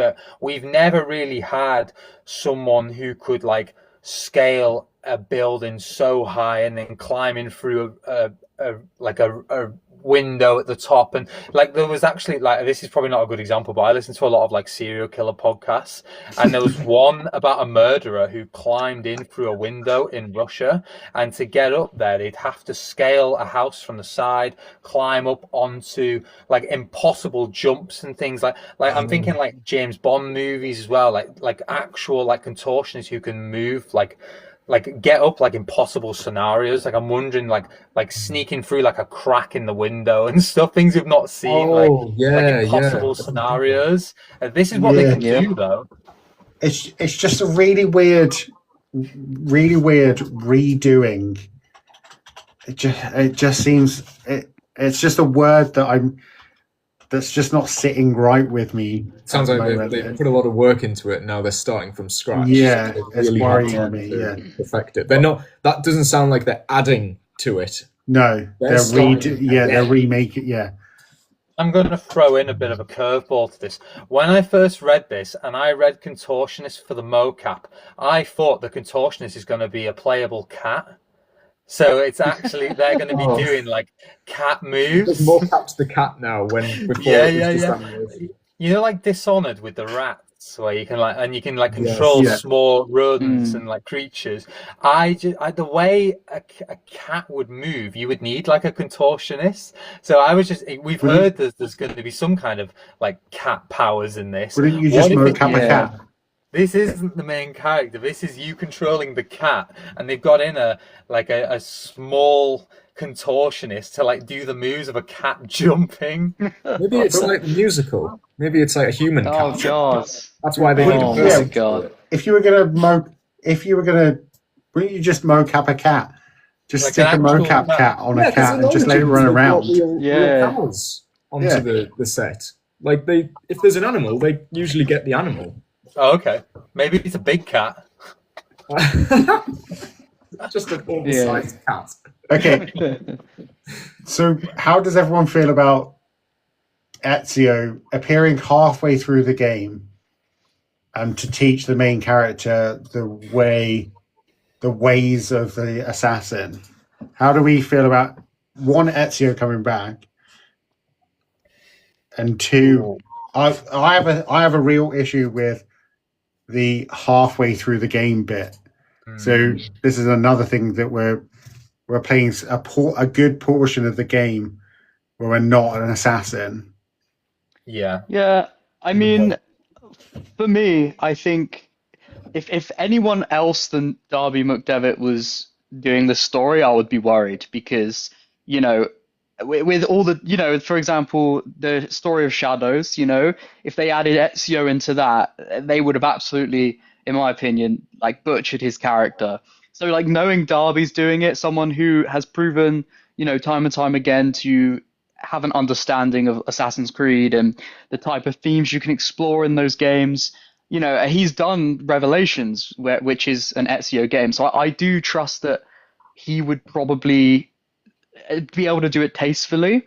The whole halfway through the game aspect, I think something Darby seems to like, because he's done it twice now with Edward Kenway and Eivor, is that he seems to like to progress the character into becoming an assassin. You know what I mean? So explore those themes and that character, and then have them become an assassin a little bit later. I say twice.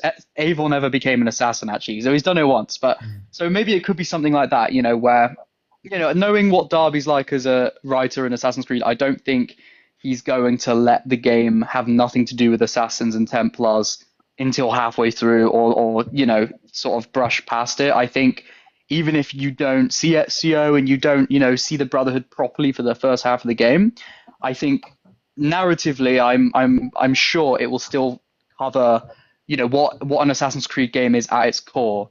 That's what I think. So yeah. Good take. Yeah, I think it lends itself into an interesting narrative as well, because it doesn't mean that we're just starting the game with an assassin.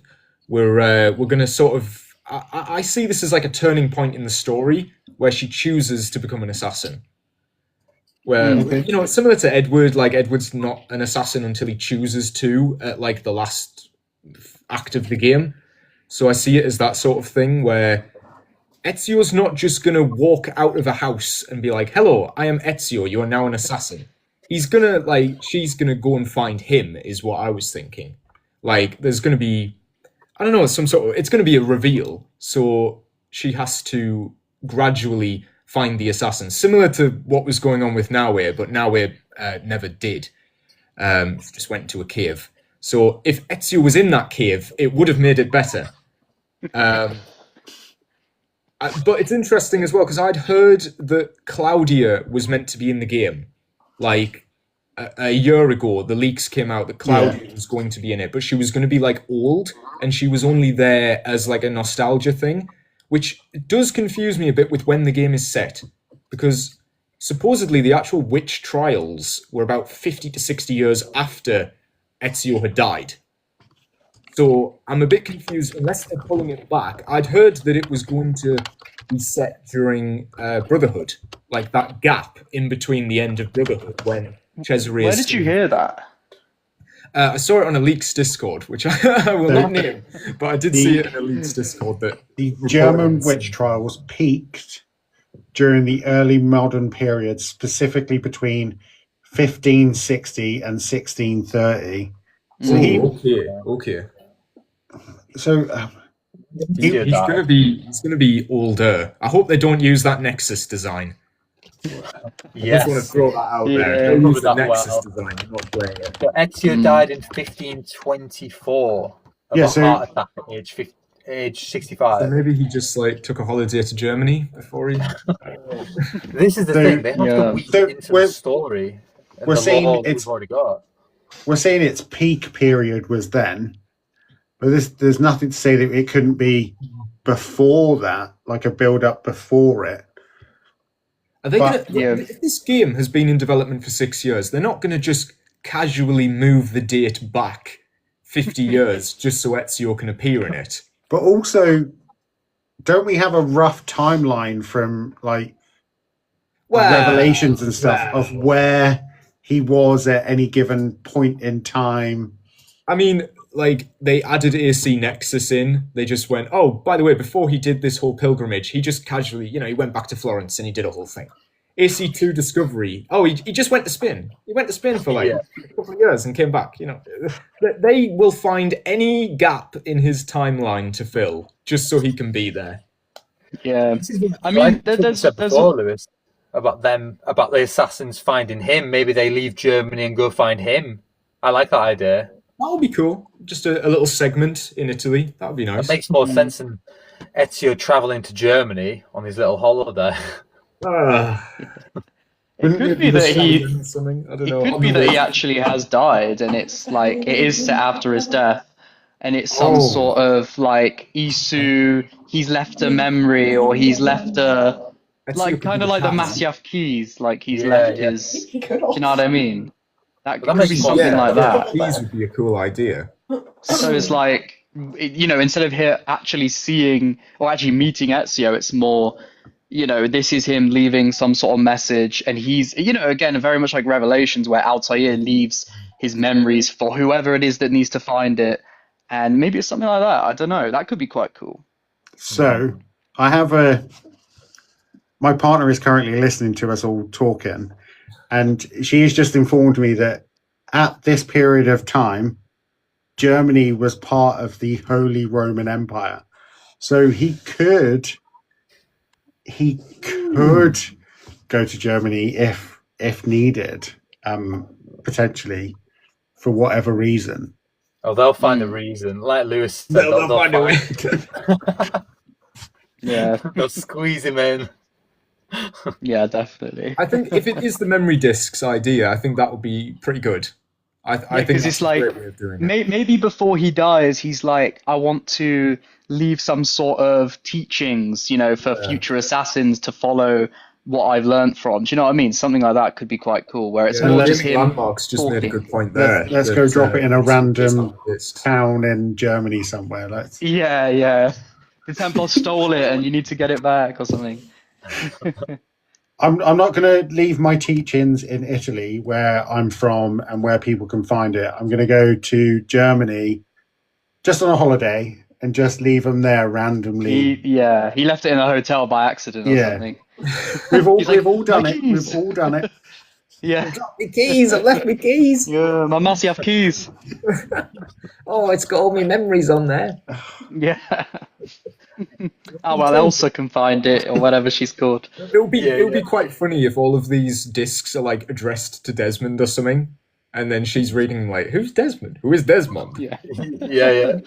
Yeah. Oh When it god. says holiday 2027, for like English speakers like myself, when is holiday? Like, we don't say that here.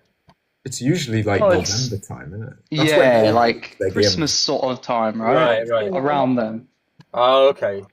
I see. So that's like end of 2027 then, like around Christmas. Yeah.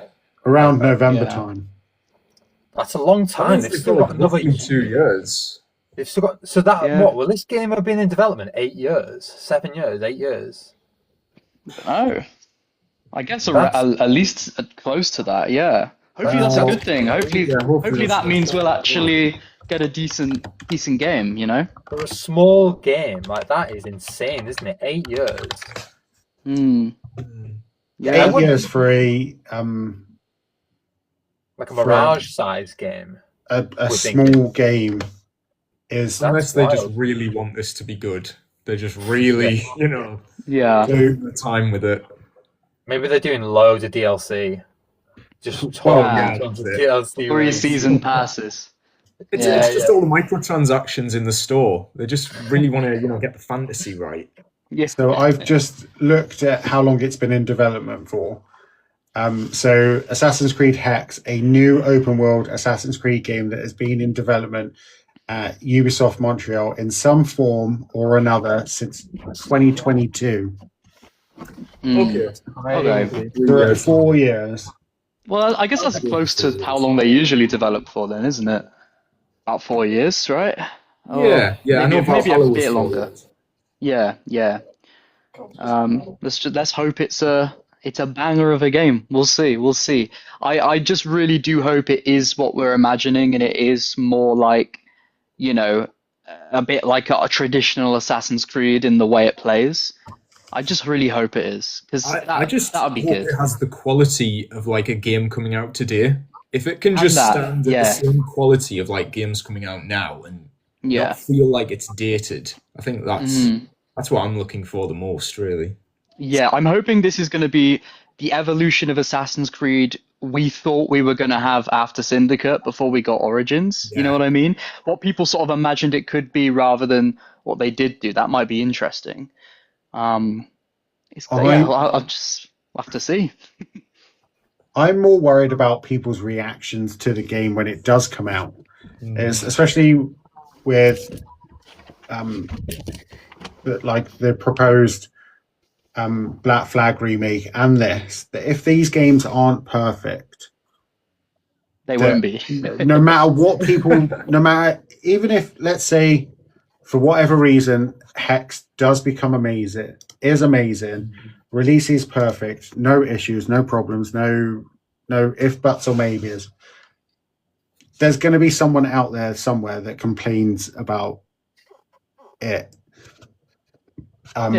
So I'm all worried that it's not going to be perfect, and then we have to do this whole cycle again of Shadows type kind of defending. Like it's not great, it's not bad either, and it's just typical mid Ubisoft game writing and gameplay, and they can make a really nice open world game, but their storytelling's not really that. That's the bit that worries me the most is if it's not perfect. And then everyone holds Derby in such high regard that if it's not, what's everyone's opinions of him going to be after this? It does worry me. I mean, I think some people's opinion of him has dropped after Valhalla because of the way Valhalla panned out, with it being way too long and dragged out. I don't think that's really well, maybe it is, but I don't think it's to the fault of Derby, because I think he was told how long it probably had to be, and he had to accommodate for that, which means, you're going to have to sacrifice writing and stuff like that, writing quality. Same when you have like kind of non-linear targets in that game. It's been done worse than others, but in that regard, again, you can't have certain type of character development when you have to accommodate for being able to do things in different orders. So I think like a lot of people don't regard Valhalla of having the best story and stuff in that way, which I kind of understand. But even still, like I think in the AC community, he's still regarded well, highly. So I mean, he would have to absolutely, I think, disgrace the story of the game to be viewed differently by most of the core fan base, I think. And again, I think for what he did in the massive game that is Valhalla, he still did probably the best job he could have with that game. So I think if he's doing a more linear, smaller game, I think I'm hoping, and I think his writing will definitely shine through. and it will. I think it's going to be the closest chance we have to having a classic Assassin's Creed game that actually wants to tell a cool Assassin's Creed story. I think it's the closest we're going to get for a while. So yeah. I think we already had that, and people didn't like it. Mirage. Mirage. With Mirage. Oh, come I on. mean, Mirage wasn't even mean, written. I think there's a lot of issues with Mirage. You know, I think on surface value, Mirage was a classic Assassin's Creed game, but I think I don't know how much we want to talk about this because I am somebody, and I'm guessing, Lewis, correct me if I'm wrong, but I think you're also somebody that is more on the side of Mirage sort of not really being the Assassin's Creed game it was promising to be. Where it seems like you guys maybe are the other way around. So we can talk about that if you want. I don't know. I'm definitely in the middle. Yeah. I was definitely swayed by Lewis's video saying about how the trailer did a better job at explaining his progression, and that was really interesting. And yeah, I definitely think with Mirage as well, they weren't as focused as it could have been, and that seems to be a problem with a lot of the Assassin's Creed narrative recently, where they're trying to do so many things, but it's just not coming across very well. They just need to focus on the narrative, and yeah, it's just been drifting for a while. I mean, you mentioned Valhalla. That's probably the biggest offender here. I mean, there was so many different arcs, and they all felt disconnected, and then you come together at the end for this huge conclusion, but there's 3 different endings, and none of it felt like it gelled together. Yeah. But yeah, it's just an ongoing issue, really. But I do feel quite positive reading this final thing from Tom Henderson, and it's similar to what you were saying, Harrison.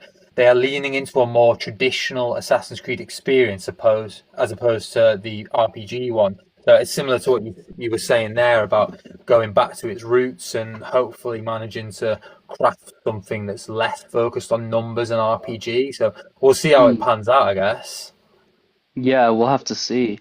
I mean, the last thing I guess I'll say upon that is I as much as I want it to go back to traditional Assassin's Creed, that's not to say I want it to be exactly the same as it used to be. You know, I'm very open for them trying new things. With the gameplay formula, all that sort of thing. I just think it's about time we have something a little bit more focused and linear than what it has been, you know? Yeah, I don't think they should be so focused on going back to the past, because then you're going to get a game that sort of feels like it's from 10, 15 years ago. That's kind of how Mirage felt a little bit with its gameplay. I think Mirage, to be fair to it, was just dealt a bad hand. It had to work off Valhalla's engine. It clearly doesn't have a big budget. And I just... The one place where I feel like they could have made this work was the writing, and I just don't think it was well written. The structure of the game's okay, but the writing could have held that game up so much higher. And I think... On that note, when they did Valley of Memory, I think that fixed everything. I agree. That is exactly what we wanted. Even down to replaying missions and adding optional objectives like that. I just felt like they totally understood what they were doing with that. And if we'd gotten that with the base game of Mirage, it would be great. Yes, I agree, definitely. In so many places, whereas Hexe seems like it's the idea with the time to actually make it happen. Yeah. One last thing I'll say on this is, do you think Tom Henderson's got more to release over the coming weeks? Because I think he's building his podcast up. Do you think he's got this all set to one side? He's got sources ready to reveal more? I think Potentially. Tom Henderson is the one person who could probably beat Zephyrus for the amount of posts that he posts. Because it seems like you said earlier on, it seems every day he's got a new breaking news post to put up, and there's always something that he's out there to say. So he is definitely the guy for that now. Yeah.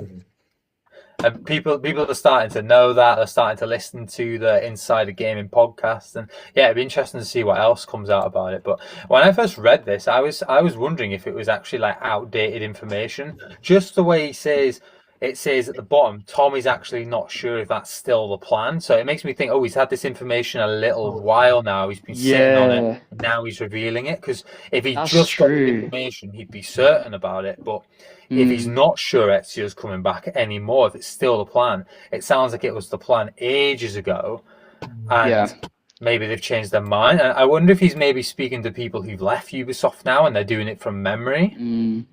Yeah, maybe. It could be that he got this information at a similar time that he had the Black Flag remake information and the Prince of Persia remake information, because I remember they put out information saying, I just said information so many times.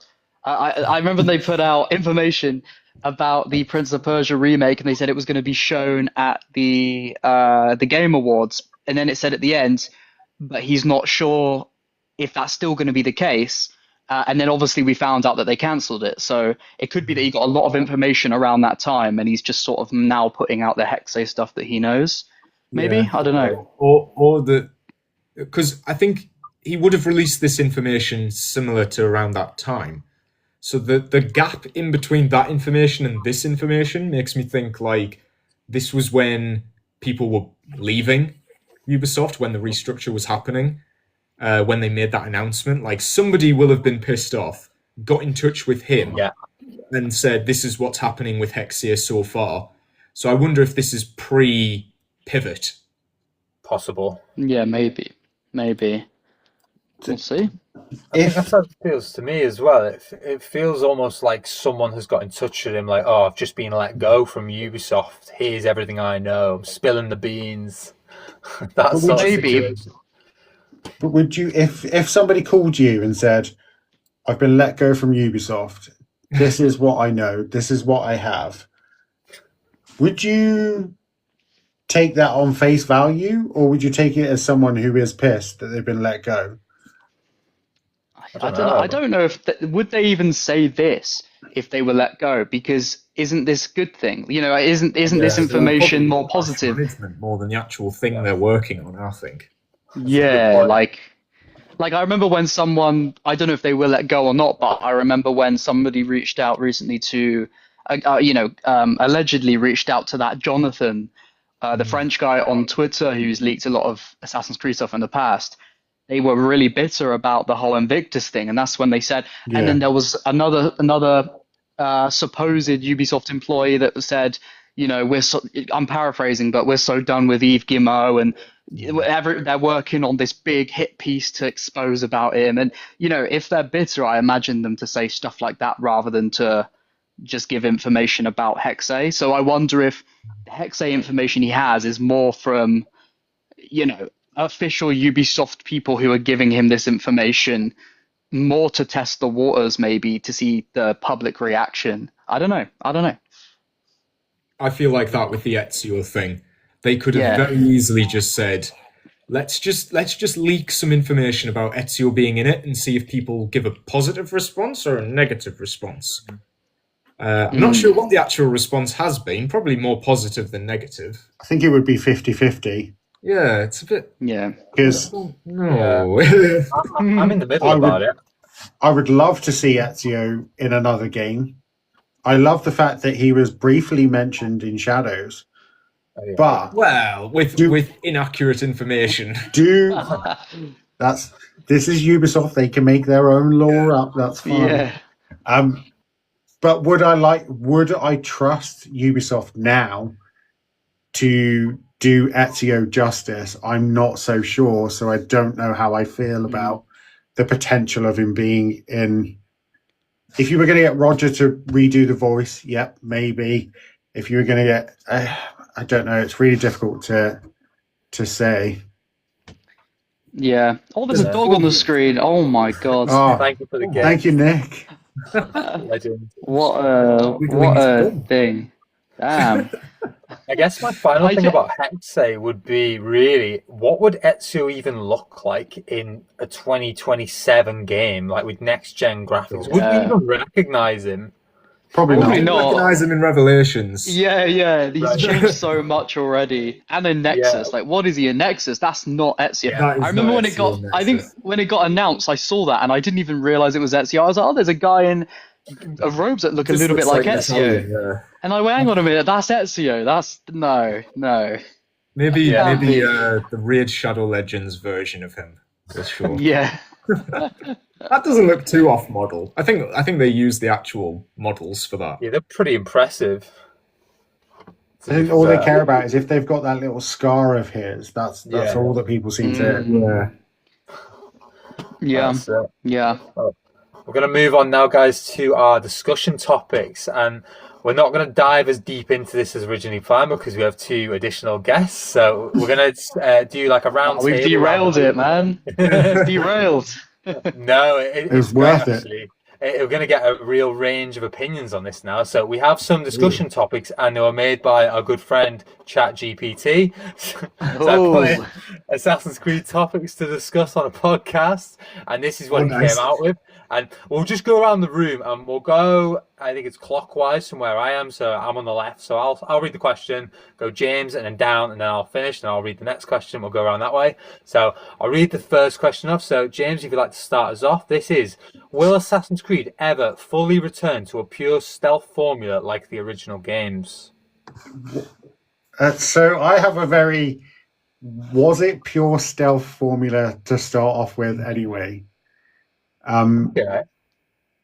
But I think currently now we have Shadows has the best stealth system we've had, the lighting, the weather system, all these different things. So I would actually like to see that taken. That for me needs to be the gold standard moving forward. There's no going back for me now. That has to be the level moving forward. We can't go back now. Very good. Lewis? My next, yeah. I'm just checking the order is what I'm seeing on my screen. Yeah. So, I mean I think the question there is, are they going to bring back social stealth? And I think probably not. I think if they've put all this effort into Shadows' stealth system, and I do think the stealth system in Shadows is the best we've had, it is really good. Why would they then go back to? I don't know. Is social stealth even in Shadows? I can't remember if there's even. No, it's not. No. So It I wouldn't think make they moved sense. on. I think the social stealth was a good creative idea, but it sort of limits them on how they can design their worlds because they have to have dense crowds all the time in order to make stealth, like social stealth, work. I mean, it does sort of go against like the whole hide in plain sight and, you know, a blade in the crowd sort of mentality. But if it's done well, then I'm all right with it not returning, you know? Is it my turn? Yeah.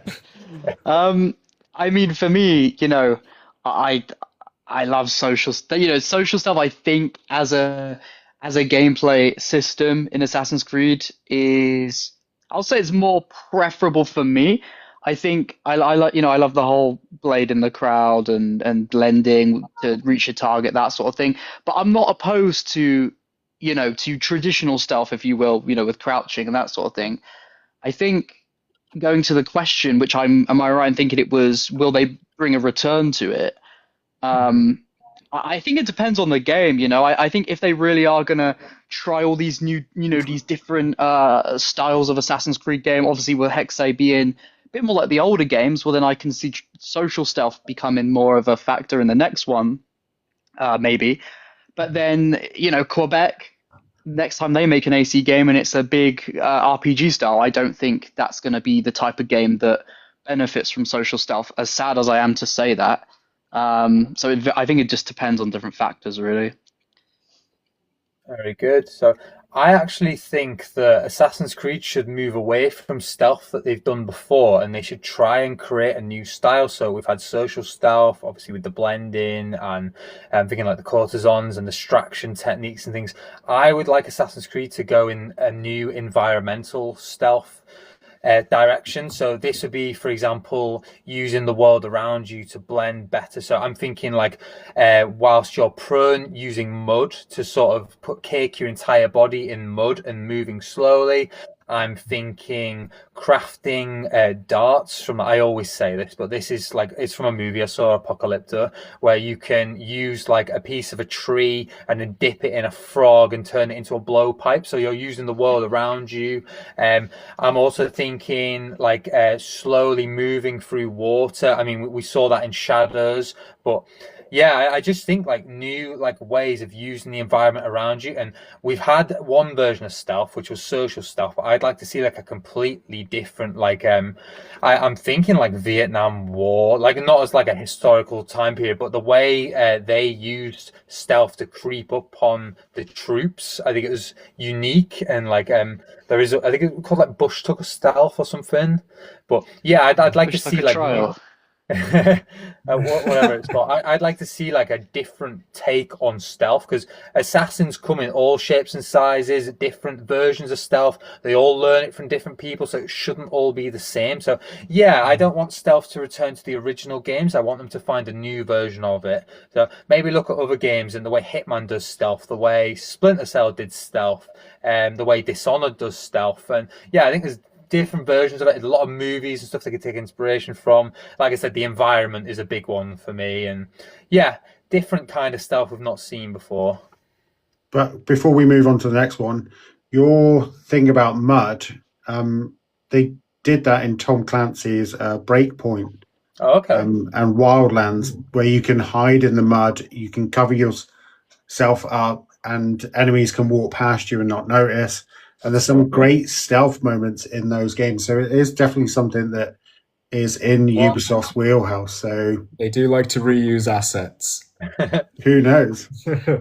And before we move on, guys, to the next question, it's not really stealth, but it's something, whilst we're talking about Ubisoft reusing things, I've always liked the idea of Assassin's Creed using the technique from Far Cry, where you throw a piece of meat and then an animal attacks, and it's like you're using like that. Or like I mean, Assassin's Creed, you can like use your arrows to shoot like wolves that are caged, and it's sort of like that, except you're now like attracting them. I know Far Cry's done it for years, so yeah, I just think like using things that have come before, and like James mentioned, they've already done this, which I wasn't aware of. But yeah, different kinds of stealth. So moving on to the next question. Can Ubisoft successfully balance both RPG style games and classic assassin focused titles long term? No, I don't think they can. I think it's going to be too draining. One, on resources, but also us as players and fans, where if we're getting, let's say we do RPG, then classic, then RPG, then classic, there's going to be people that miss out the RPG games and only play classics, or vice versa. Or I don't think they can. I think they need to pick one style and just stick with it. Or potentially make a hybrid of the two. I don't know. Yeah. I think I don't know if they can balance it, but I think they should, to be honest. I think at this point there is a bit of a fracture in the fan base between the people who like 2007 to 2017 and then the people who like 2017 to 2026. And it's the split between like a linear focused narrative sort of experience that has an open world but is still like I said, linear, whereas the RPG games are absolutely huge. And I know the plan at one point was to sort of divide up the different aspects of Assassin's Creed, and like they're doing, make a multiplayer only game, make a smaller narrative game, and then do an RPG. And I think that would actually be a good thing. Like, I don't mind waiting 3 years to get a narrative Assassin's Creed game as long as I know what I'm getting. Whereas at the minute, it feels like we don't know what we're going to get. Are we going to get something that leans more into the Quebec style of game where it's like not really Assassin's Creed, but it's a good RPG on its own? Or is it going to be like Montreal, which stick more to the lore and the narrative side of things? Like I said this, like with Odyssey, it should have been a spin-off that was clearly labeled as something else so that we didn't start comparing them and start fighting over them. Like if we knew Assassin's Creed has a whole series of RPGs, like they didn't call the Elder Scrolls Online the Elder Scrolls 6. They called it Online, so you knew it was a spin-off and a separate thing. Like I think that's what they need to do. They need to categorize it more and not just say, oh, people aren't going to buy it unless it's a main title, so we need to make everything a main title, which is what I think happened with the RPGs. So I think they should. Yeah. Yeah, I mean, one thing I think, I'm just thinking now, it's like I cannot think of another series in like all of gaming that has divided the fan base and the style of games like Assassin's Creed.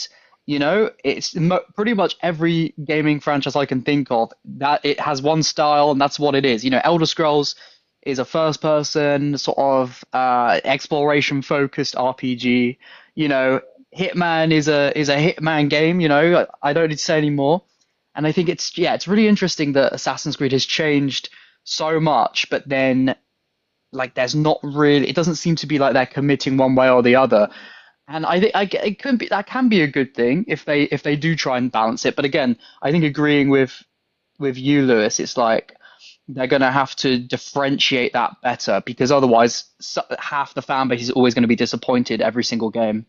You know, they need to make it clear what type of Assassin's Creed game it is, and you know, having Odyssey having been called Odyssey and Assassin's Creed Story, and then maybe all those types of RPG style games being that, then you got the okay, well this is the Assassin's Creed Story ones. We know these, and then when it says Assassin's Creed Hexe or whatever it's actually going to be called, you're like, okay, this is the next main Assassin's Creed with the story, and it's going to be a bit more linear. Do you know what I mean? Like, I think I'm just agreeing really. I think then if they're going to keep doing two different types of AC game, they need to differentiate it.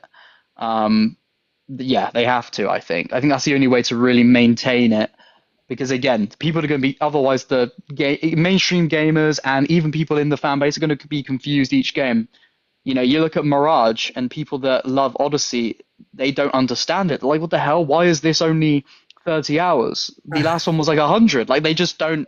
It doesn't make sense to them because they only started with Odyssey and Valhalla. Do you know what I mean? And again, yeah, I think differentiation is something they need, even if they call the big RPGs Assassin's Creed and then they call the smaller, more focused ones an Assassin's Creed Story, well then, even then, at least we have something clear cut, I would say. Really great answers, guys. And I'm going to dissect the question a little bit because I think you guys have looked at it from like the community's perspective and the game players. I'm going to read the question out again, and it's: can Ubisoft successfully balance both RPG style games and classic assassin focused titles long term?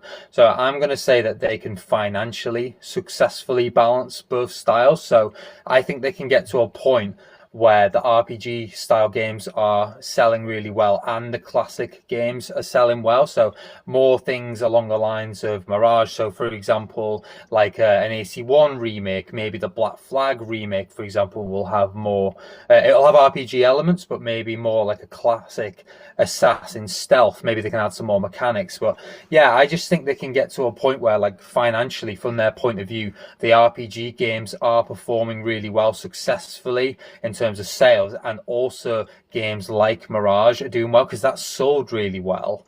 But yeah, I like how you guys have gone from it from like the community point of view, but I'm going it from like Ubisoft and like their sales, because money talks, and like their decisions are heavily driven by the money that's coming in, and they'll only do something again if the last project performed well and made money for them. But yeah, I think they can get to a place now where both styles of game are making money, and especially if like Hexe, for example, is less of an RPG and is more of a classic assassin fantasy. If that does well, and then the Black Flag remake does well, which apparently is RPG, then you've got two Assassin's Creed styles that are bringing in money and are successful for the company. So that's how I look at it.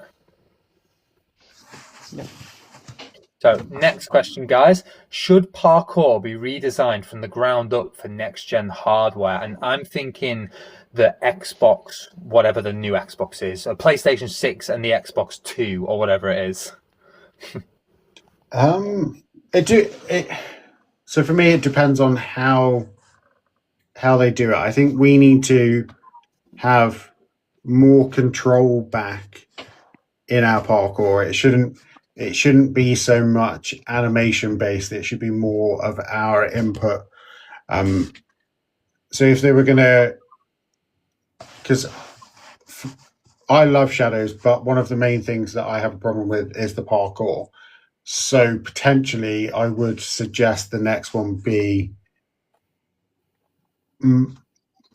built kind of. I think it probably should be, to shorten my answer, maybe.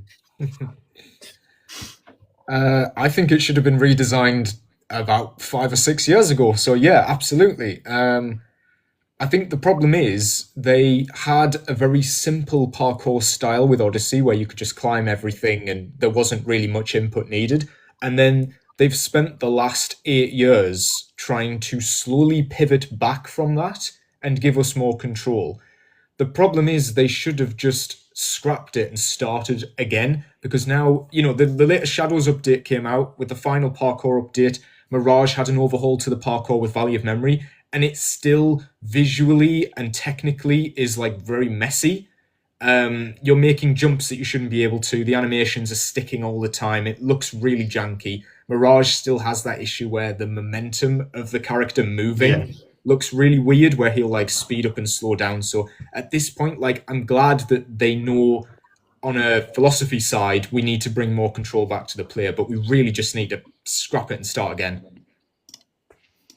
Yeah, I agree. I think one of the biggest mistakes Ubisoft made after Unity, when they saw, when the game came out and it just wasn't, it wasn't finished, it wasn't ready to come out the door, gameplay mechanics, just everything overall, they basically took, instead of learning from their mistakes and saying, okay, maybe we did have something here, but we needed more time in the oven, it seemed more they were like, okay, let's just change everything. And in turn, they obviously dumbed down that parkour system. They something that maybe wasn't the best mechanically, but could have been improved on. They decided to dumb down, keep similar animations, take the sort of bare bones sort of skeleton from it, but then sort of leave that as is. And that's kind of what they've stuck with, obviously, for the last literally almost 10 years, which is crazy. And yeah, I think that what they should have done is they should have said, okay, well, maybe we do have something with this Unity parkour system. Let's not scrap it and dumb it down. Let's see how we can refine it, make it work better for the game engine and for also like player agency and control.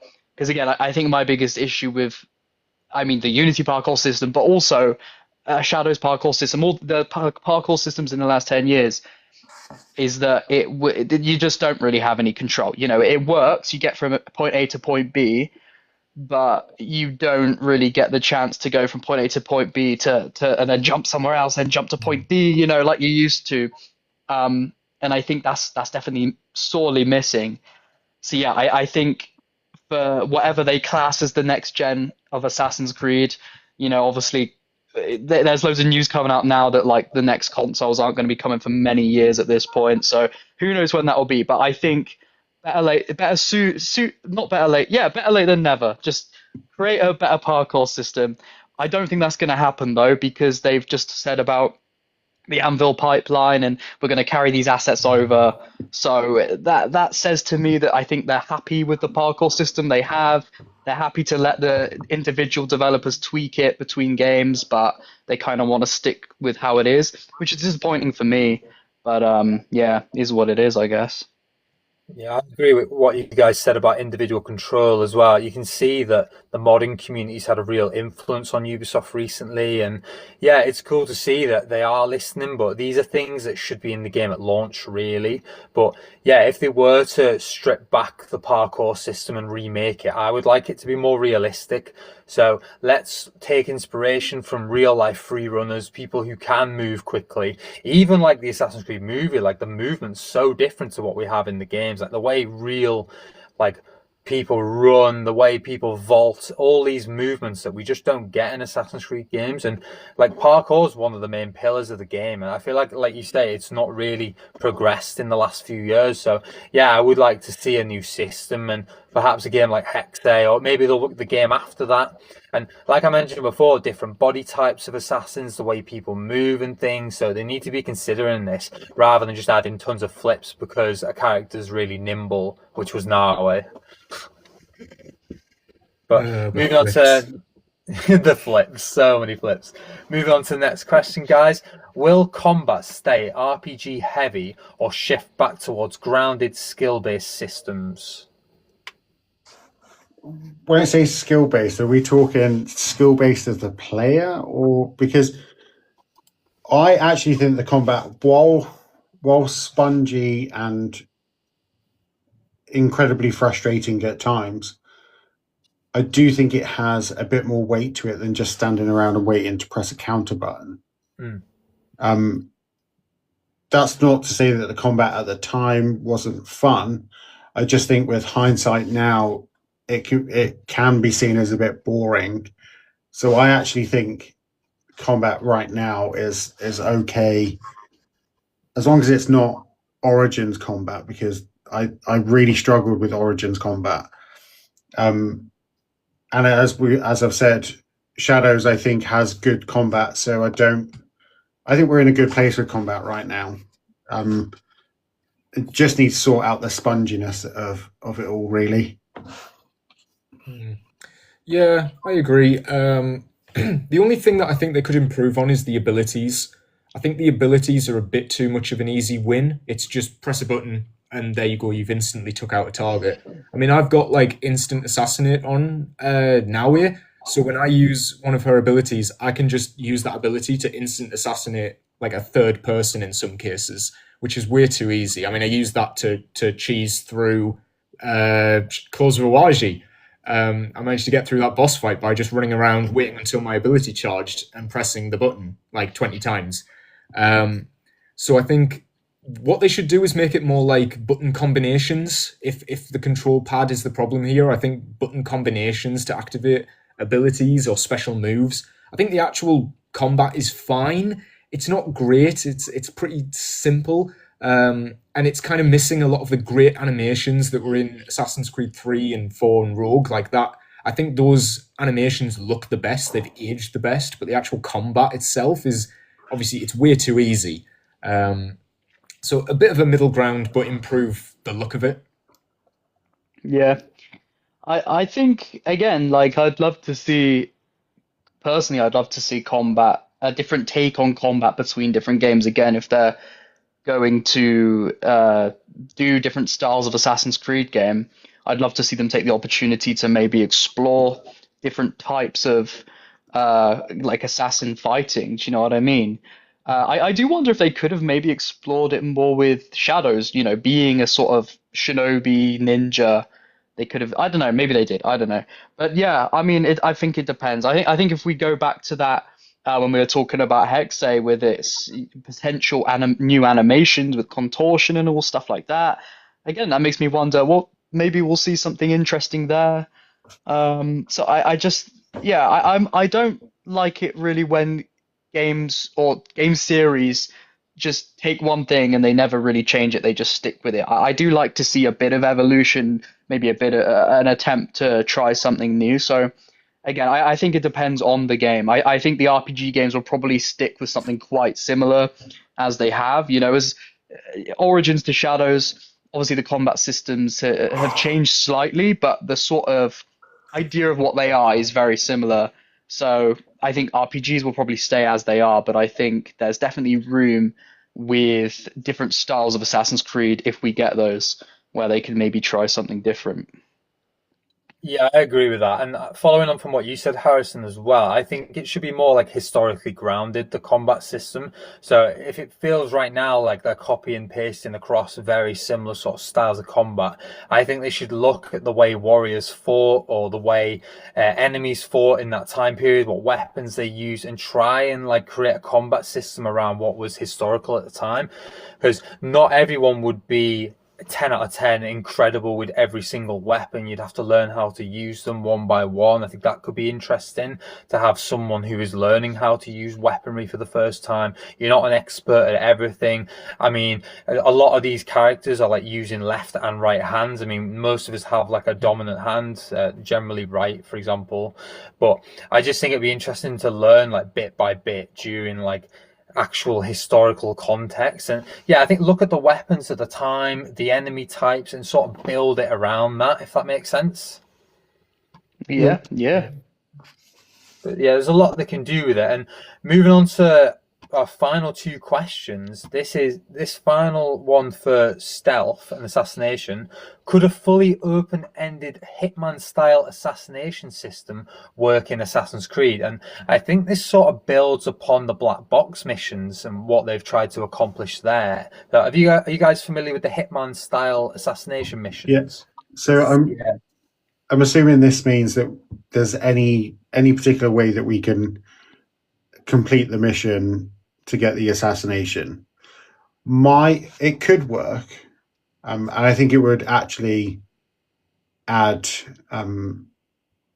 massive replayability to the games, especially with black box missions. It would be great. My only worry would be that if we're playing a classic style Assassin's Creed game, how are we going to get that confession corridor? If we decide to poison them, for instance, like we do something to the water system or whatever, we go away, they drink the water, they die.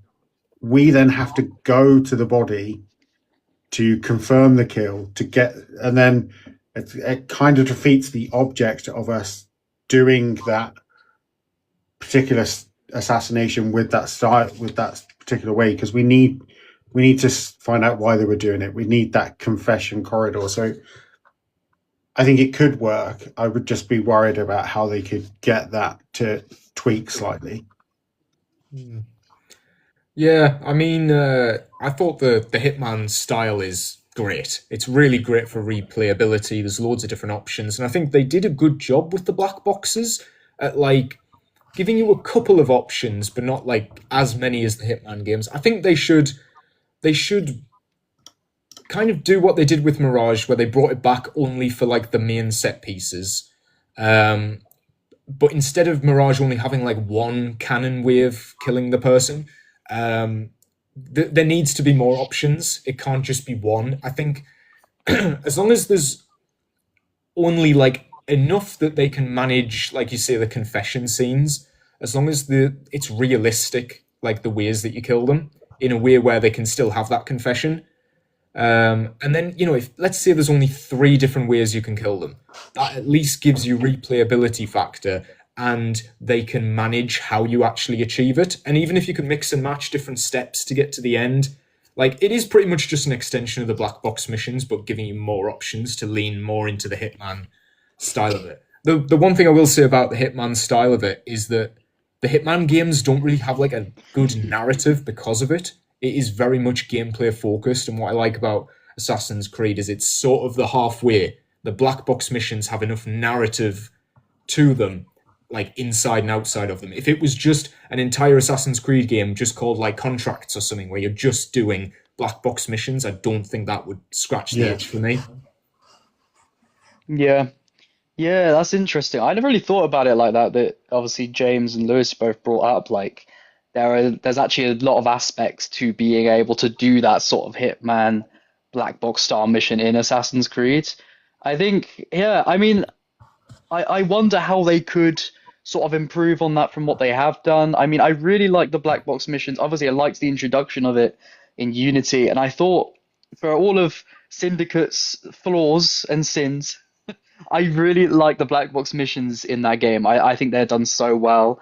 I think that maybe they might be done the best in that game, as a gameplay sort of standpoint, and how it sort of weaves into assassinating your target in different ways. But again, leading to your point, James, like to have that confession, you have to be in the vicinity to be able to, for it to make sense. Because it would be a bit weird that you're literally running away and then it cuts out and then you're there with the target. It wouldn't make sense.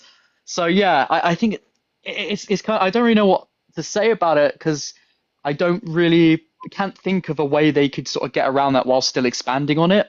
I suppose it would be more to get to do your 1 or 2 specific assassination opportunities like we've seen. Maybe there's more steps to that where you have to where there's a variety of things you can do to get to that, maybe that kind of allows for more sort of exploration and replayability of those black box missions. I don't know. Very good. There's nothing really more to add on this. I think you guys have answered it really well, and I guess similar to what James said as well. Like you'd need to think of like a way the character is in like direct contact, so you couldn't do like an assassination from afar. And even if they added in like Dishonored, where you can like exile people, things like that. Hey. But it would have to be like working into the narrative, and yeah, if they add too many options, it could become far too complicated. You can't follow it. It become like Odyssey, where choices are everywhere, left, right, and center. You can't follow it so much. But yeah, I like the Hitman style, and I also agree, Harrison, that the black box missions were done best in Syndicate. I think there's some really memorable ones in that. I'm thinking like the assassination behind the painting, or when Jacob snuck in and was like a patient underneath, and then like yeah. There's some really great moments in that, and yeah, I'd love to see more like black box missions, or maybe even like the way Mirage did it. Where there's like different opportunities to enter and like you make connections, and I like the way that did it. But yeah, like you said, Lewis, Hitman, it hasn't really got the narrative, and it's all gameplay focused. I don't really want Assassin's Creed to go in that direction. I think narrative's such like a driving factor, and it needs to stay focused. So maybe just pick like one interesting black box opportunity and run with it. But yeah, there's different ways they could do it, and Hitman's doing its own thing really well. It's got no real competition, but I think Assassin's Creed should do its own thing too.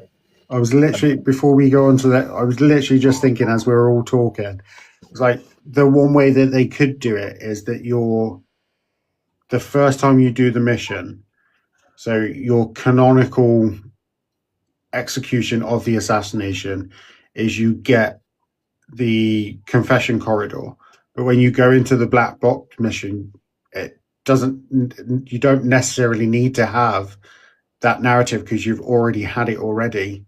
So all you need to do is the mission. So that could potentially be a way that opens up these different styles of how to do the assassination, because you wouldn't need to be next to him because you already know his confession. You don't need to hear it again. So they could just cut that bit out. It could just be the mission. I don't know, maybe. I mean, Mirage kind of does that in a sense. Yeah, with the replayability of the your memory. Yeah, like because through the story you'll do one path, but then afterwards you can replay it with all these optional objectives to make it more difficult. Yeah, that could be it, but just with different paths. That was a nice addition. I really like that. Oh yeah, massively. So that brings us on to our final discussion point. Thank you very much to ChatGPT. Really interesting points of discussion tonight. Will the modern day storyline ever become as important as it was in Assassin's Creed 2, Brotherhood, and Assassin's Creed 3? What do you guys think? I don't think there's any reason why it couldn't be as important. They just need to. One, I think they need to pick a protagonist for that modern day and stick with them and trust us that we're going to bond with them and that we're going to grow with them and that we care about them. I just think that there's nothing to say that they can't. They just need to work it out properly. We've had no good modern day for a while. We had no good modern day after AC3, not really. So we've had more time with bad modern day than we have with good modern day. So they just need to work out on how to fix that. Yeah, I don't think they will. I don't think they're going to go back to that. I think the problem is just there's been so many Assassin's Creed games at this point, and they make each one more standalone now than they used to. It's not like a narrative that continues. Each game is its own thing, even like to the point where they don't do sequels, whereas it made sense with Ezio to also continue Desmond's story. Like, I know Layla appears in 3 games technically, but they're very much like standalone in what happens in those games. I don't know. I think if they want people financially, it makes sense for them to just go into a game fresh, and it doesn't matter which Assassin's Creed they play, they're not going to be lost. Which does unfortunately mean the narrative in I love the modern day, but it has been absolutely dragged through the, it's not in a good place. And Shadows arguably has the absolute worst modern day that they could have possibly done. Especially after the Basm thing, which made us think, oh, maybe there is going to be modern day. But I don't see it. And if Basm does come back in the modern day, I think it'll be a miracle. Yeah, I do agree with that point that I don't think Ubisoft are wanting to do that. I think their focus is now so much more on the, let's make this historical sort of game. That being said, though, you will have writers that maybe will have more of a focus on the modern day, or at least want to do that. I think case in point is probably going to be Derby with Hexe. I'd be very surprised if he didn't incorporate modern day in one way or another. I think, though, let's say, for an example, they do decide to focus back on modern day. I think if you really want to capture that essence of what made the original modern day storyline with Desmond so intriguing, it's like the mystery. I think once you learned so much about the Isu lore and the modern day stuff with Abstergo, that mystery gets kind of lost because it's like, well, we kind of know everything already. So they would have to spark some more intrigue again by adding maybe something new. An example I sort of usually use in this regard, and I use it because they kind of alluded to it from my memory in parts of Assassin's Creed Origins, but then it never really got touched upon. It's like the idea of like simulation theory, and like you could add some intrigue here, some mystery, being like, yeah, we're in the modern day and we're in the Animus, but like, what if actually the modern day is also a simulation, and maybe the ones who came before play some factor into that due to the end of the world stuff?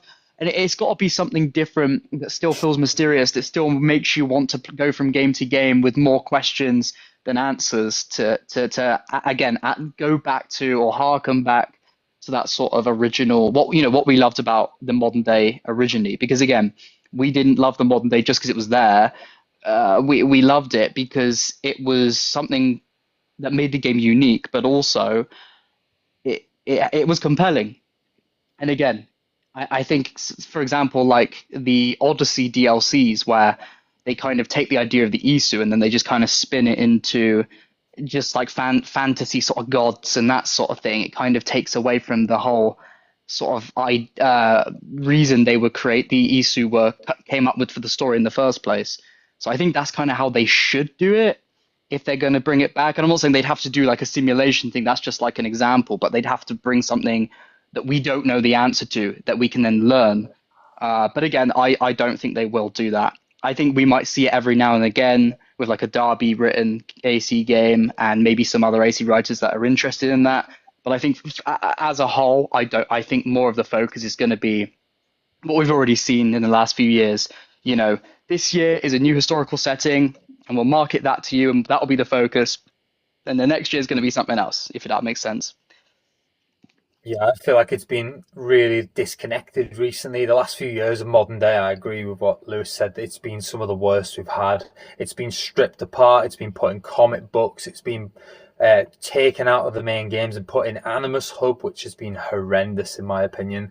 Anything from the missions that you miss, you don't go on your map and play these missions like with the main storyline. It doesn't encourage you to play any of these Animus missions really. So I feel like they're trying to phase it out bit by bit, but the only bit that fills me with confidence in how they could make the modern day more important is, yes, we've mentioned Derby quite a lot throughout this one, but James Nadia as well has been brought back to Ubisoft, and he's a well-known writer for Assassin's Creed Initiates, which was a platform which a lot of us started on. So he created characters that we know from Syndicate, like Galina Voronina, and a lot of them modern day characters. He improved Sean and Rebecca in a lot of the writing, and yeah, he's a really great writer, and he was focused on modern day when he was first at the company. He was creating all these characters, these storylines.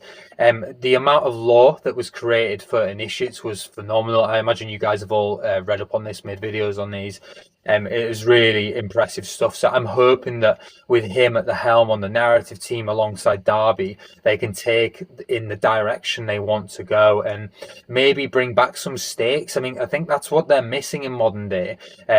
We mentioned the importance of AC2, Brotherhood, and AC3. Obviously, Desmond connects them all, but the stakes were high. It felt like the world was going to end. There was a reason to be looking to the past. And these days, we don't really know who's in the Animus looking at the past, why they're doing it. It doesn't make sense. So I think they have to find a reason for this. Maybe something unique, like Harrison mentioned, a different way of doing it. And yeah, I think it could be really useful and a tool to or an explanation for looking at the past without just like making Assassin's Creed about history. Like we want to have like a good balance, and I'm wondering if the TV show can get this balance right, because a lot of people said the movie got the balance wrong. It was too heavily focused on the modern day. So I wonder what the perfect number is for that balance. But yeah, with James Nadia and Darby, I'm positive that they can take it in a new direction and hopefully make it as important as it was. So interesting times with that, and I guess we'll have to wait and see what the next game brings.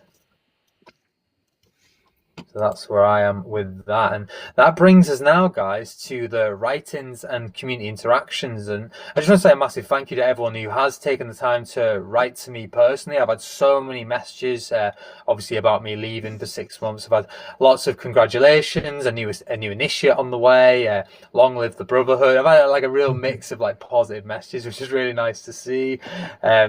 I've had a really nice like roundup. I've had people messaging me personally as well, not just in comments. I do really appreciate it, and lots of congratulations. And people have been very understanding of it. So I think the majority of the writings, there was over 100 yesterday, which was incredible, really. And I do really appreciate it, and I will miss being a content creator for the community, but I will still enjoy being a part of the community and taking in what the guys at the ones who came before are doing, what you guys on the Podyssey are doing. I'll still be watching, I'll still be in the comments section enjoying it all. I'm still an assassin.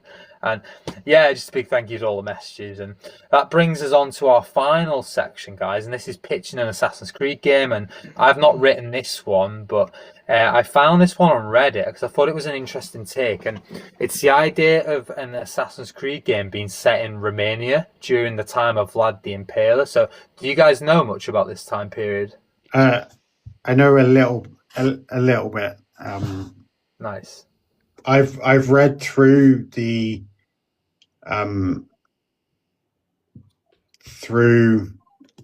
pitch, and it's really good. I think it's a really good idea. Very good. And it's an incredibly brutal moment of history, and it is quite a data dump, so I am just going to read it all out and then we'll discuss it after. And this is by Description Feeling 17 on Reddit, and he says, so I had an idea for an AC game set in Romania during Vlad the Impaler's rule, which revolves around the Templar Order and an Isu weapon. The main character grew up in the forests and villages of Wallachia, where peasants got crushed under cruel boyars and that secretive order. When he was a kid, he believed their promises, like them saying that they were protecting everyone. However, one night they came for his family. His dad got taken, his sister got killed, and that was it. He finally saw the truth. The Order, led by Vlad the Impaler, wasn't there to protect anyone but themselves. He swore to fight back and join the Hidden Ones, hoping he could actually stop them. As he got older, the main character got better at fighting and planning, but the more he went after power, the less he cared about the creed. Strange creatures started attacking villages at night. People went missing, some turned up dead, and everyone said that they were vampires. The truth was, the Isu artifact, the Crimson Veil, was somehow causing it, twisting perception and maybe even the bodies of those nearby. When he found out his father had been keeping the secret, he straight up killed him to take it.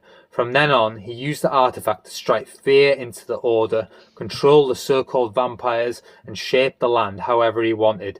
Every victory pulled him further from what he'd once believed. I'll scroll down, I'll just get the ending. Until he was somewhere in between neither hero nor villain. What do we think? I'll let our two guests go first. Lewis, you go for it. You know what? It really reminds me of Odyssey. in the sense of like, I think it's Medusa has that like section of the map where everything's been turned to stone. It kind of reminds me of that. Like it will kind of be an origin of sorts as to like how the area became infested with vampires. I don't know how I quite feel about the vampire side of it.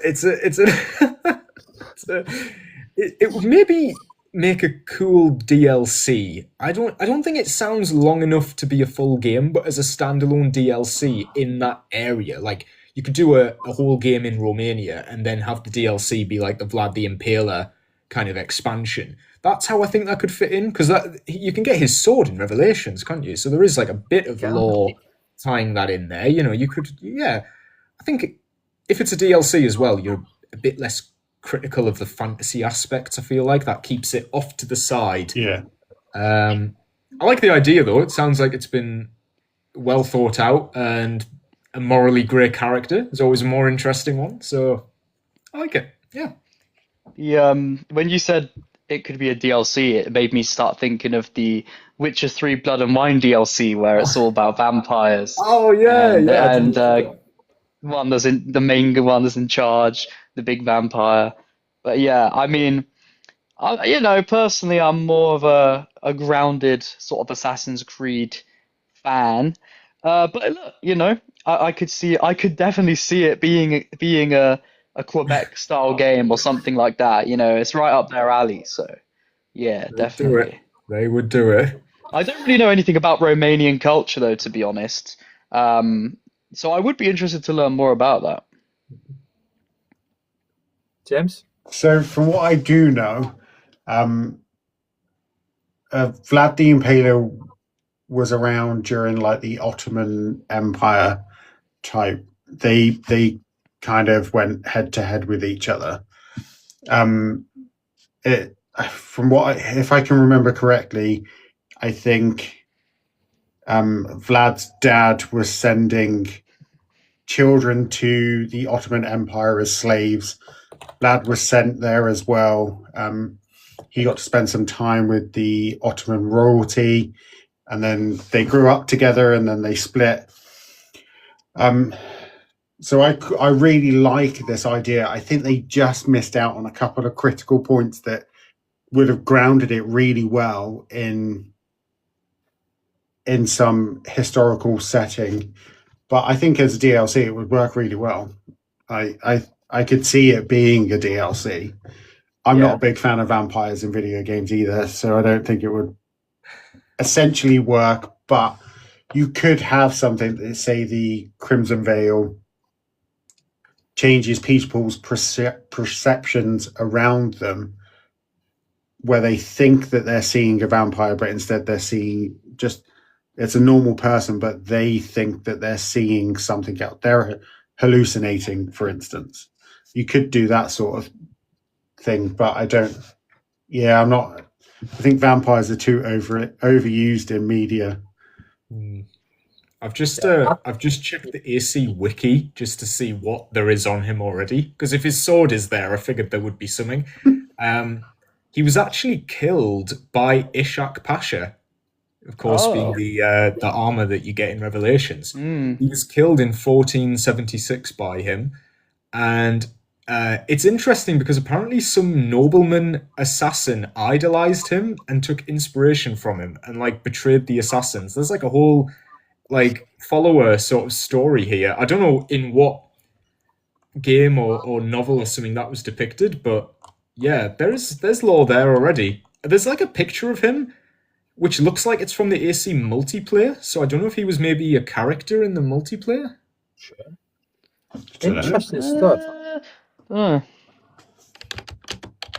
Not sure. He's got a different name. It's Vlad Tepes or something as like his actual name. Yeah, that sounds right. Multiplayer character. Oh, okay. I think it's interesting. I like what you said, Lewis, especially with like using Romania and then splitting it off into a DLC. I think it would be a brutal game. He's known for being like so cruel, and find it interesting as well that the main characters started off like believing in everything that was told to them, and then realized when it affected them that everything he was told was a lie. And yeah, I actually quite like it. And then with vampires, we've already had werewolves in Assassin's Creed, so they would do this. When did we have Yeah. werewolves? Yeah. When did that Wrath happen? the Druids, wasn't it? Oh, Yes. I don't Yeah. even know anything about I didn't even play Wrath the Druids, but yeah, I remember. well, I've got Oh It's yeah, really we good. did. Yeah. I actually like Wrath of the Druids. It's I like a very Wrath of good the one. Druids as well, and that was a DLC. So I think that's the best take on this. Actually, that would be the best way to do it. And the fact that they've already got lore for Romania and the history of it, I think that could be really cool. But yeah, with vampires as well and Assassin's Creed, they'd have to like give like a lore explanation. It can't just be here are vampires, we're going to throw some werewolves in, like sprinkle in all these mythical creatures and things. Like, at least in this writing, they've tried to like tie it into an Isu thing in a better way than Odyssey did, because it was just like, here are 10 Apple of Edens spread across the land. And inside the monster. yeah. Out Oh, comes the Minotaur from this one. Here's Medusa from this one. And it was like, this just doesn't make any sense, to be honest. At least, and like what James said, it could be like a perception filter where like fear is striking into people and the perception, the way they're seeing things. So yeah, it could just be everyone's got like a cold and you're actually thinking they've got vampirism. Yeah, they've got COVID. But fun fact, I was meant to visit Romania in school, but they cancelled the trip, and it was going to be at Vlad the Impaler's castle. So if I had gone, I would have known a lot more about this, and it would have been really interesting because it looks beautiful. Like if you Google Romania, and especially around the area of Vlad's castle, some of the architecture is phenomenal. So I think it'd be really cool, and especially set in like dense 1400s. cities. I like the look of that. Yeah, I think it'd be interesting. So we'll just keep this one away from Quebec and maybe pivot it a bit more towards Montreal. That's an idea that they would jump at. So we gotta. They really keep would. it away. Oh yeah, they're rubbing their hands right now. Like, ooh. Ooh, more fantasy. Yeah. But we'll leave a link Dragons to even. I see there's dragon inspiration there as well. We'll leave a link to the full write-up so you guys can read it. And if anyone wants to do any fan art for this write-in, feel free to let us see it and we'll air it on the show. Like, a really interesting concept. And yeah, I'd actually be game for seeing Assassin's Creed go to Romania. And so I guess that brings us to the end, guys. And what a nice surprise to have the Podyssey on this one. Really great. I do apologize again for turning up later than I was supposed to. That's okay. I'll be completely honest. I got home and I completely forgot, and I feel really bad. So sorry about that. I looked at my phone. I was like, "Shit, I gotta jump on," but I made it in the end. So apologies. No, I really appreciate it, guys. I know it's been a ton of fun. We've done a lot of different topics to what we normally would. We've used a bit of AI with ChatGPT steering it. We've had great comments as well. And yeah, I just want to say a massive thank you to you boys for joining. And James, of course, it's been great to see you again. One last time. Right. One last live time. We've done a pre-recorded episode. That's right. I'll be back next week. So this is his last episode live, but we actually pre-recorded the next episode to give myself a week off. And we did it with Zephyrus, so he didn't want to do it live, so we managed to get a pre-recorded chat with him. So that was pretty good. I guess I'll see us out one last time then. So, guys, we're ranked on Google. You can find a ton of our episodes across all our platforms. So Spotify, YouTube. We're doing clips on TikTok and YouTube as well. One way you can support the show is by rating us on Spotify. You can get involved with comments on YouTube. We'll cover your take on things. You can get in touch with us on the contact page on the Ones Who Came Before website in the top right hand corner. And like James said, next episode 34, is pre-recorded. It features Zephyrus from the Ones Who Came Before social media team alongside myself and James. So one last time. And where can people find you guys? I guess can go first. That is the Podyssey. The Podyssey. You can find us on YouTube at the Podyssey, on Spotify, and obviously on our own respective YouTube channels. or even here on TikTok, I guess, technically. Didn't even Yeah. consider that, yeah. If you want to hear me screaming the names of every Assassin's Creed character, here I am on my TikTok. And stuff. And massive thank you to everyone who's been listening. Also for the TikTok gifts, they massively support us with the website costs. I'm really excited to see where James takes Rally of the Creed in 2026, as I will not be a part of it until September. So spring, summer, it's in his hands. It's been an absolute pleasure to host the show alongside James. I'm really proud of the place I'm leaving it in. Massive thank you to everyone who's been watching, supporting. Please continue to support James in my absence and the ones who came before team. I'll be enjoying it as a fan rather than a content creator. And I will see you guys later in the year. So this is Call 96 signing off, and I will see you in September, Assassins. Thank you very much. Good luck with everything, Cole. I hope it goes well. Thanks, guys. Good luck. Yeah. And we'll see you soon for the next episode, guys. Thanks for supporting us. Take care, guys. See ya.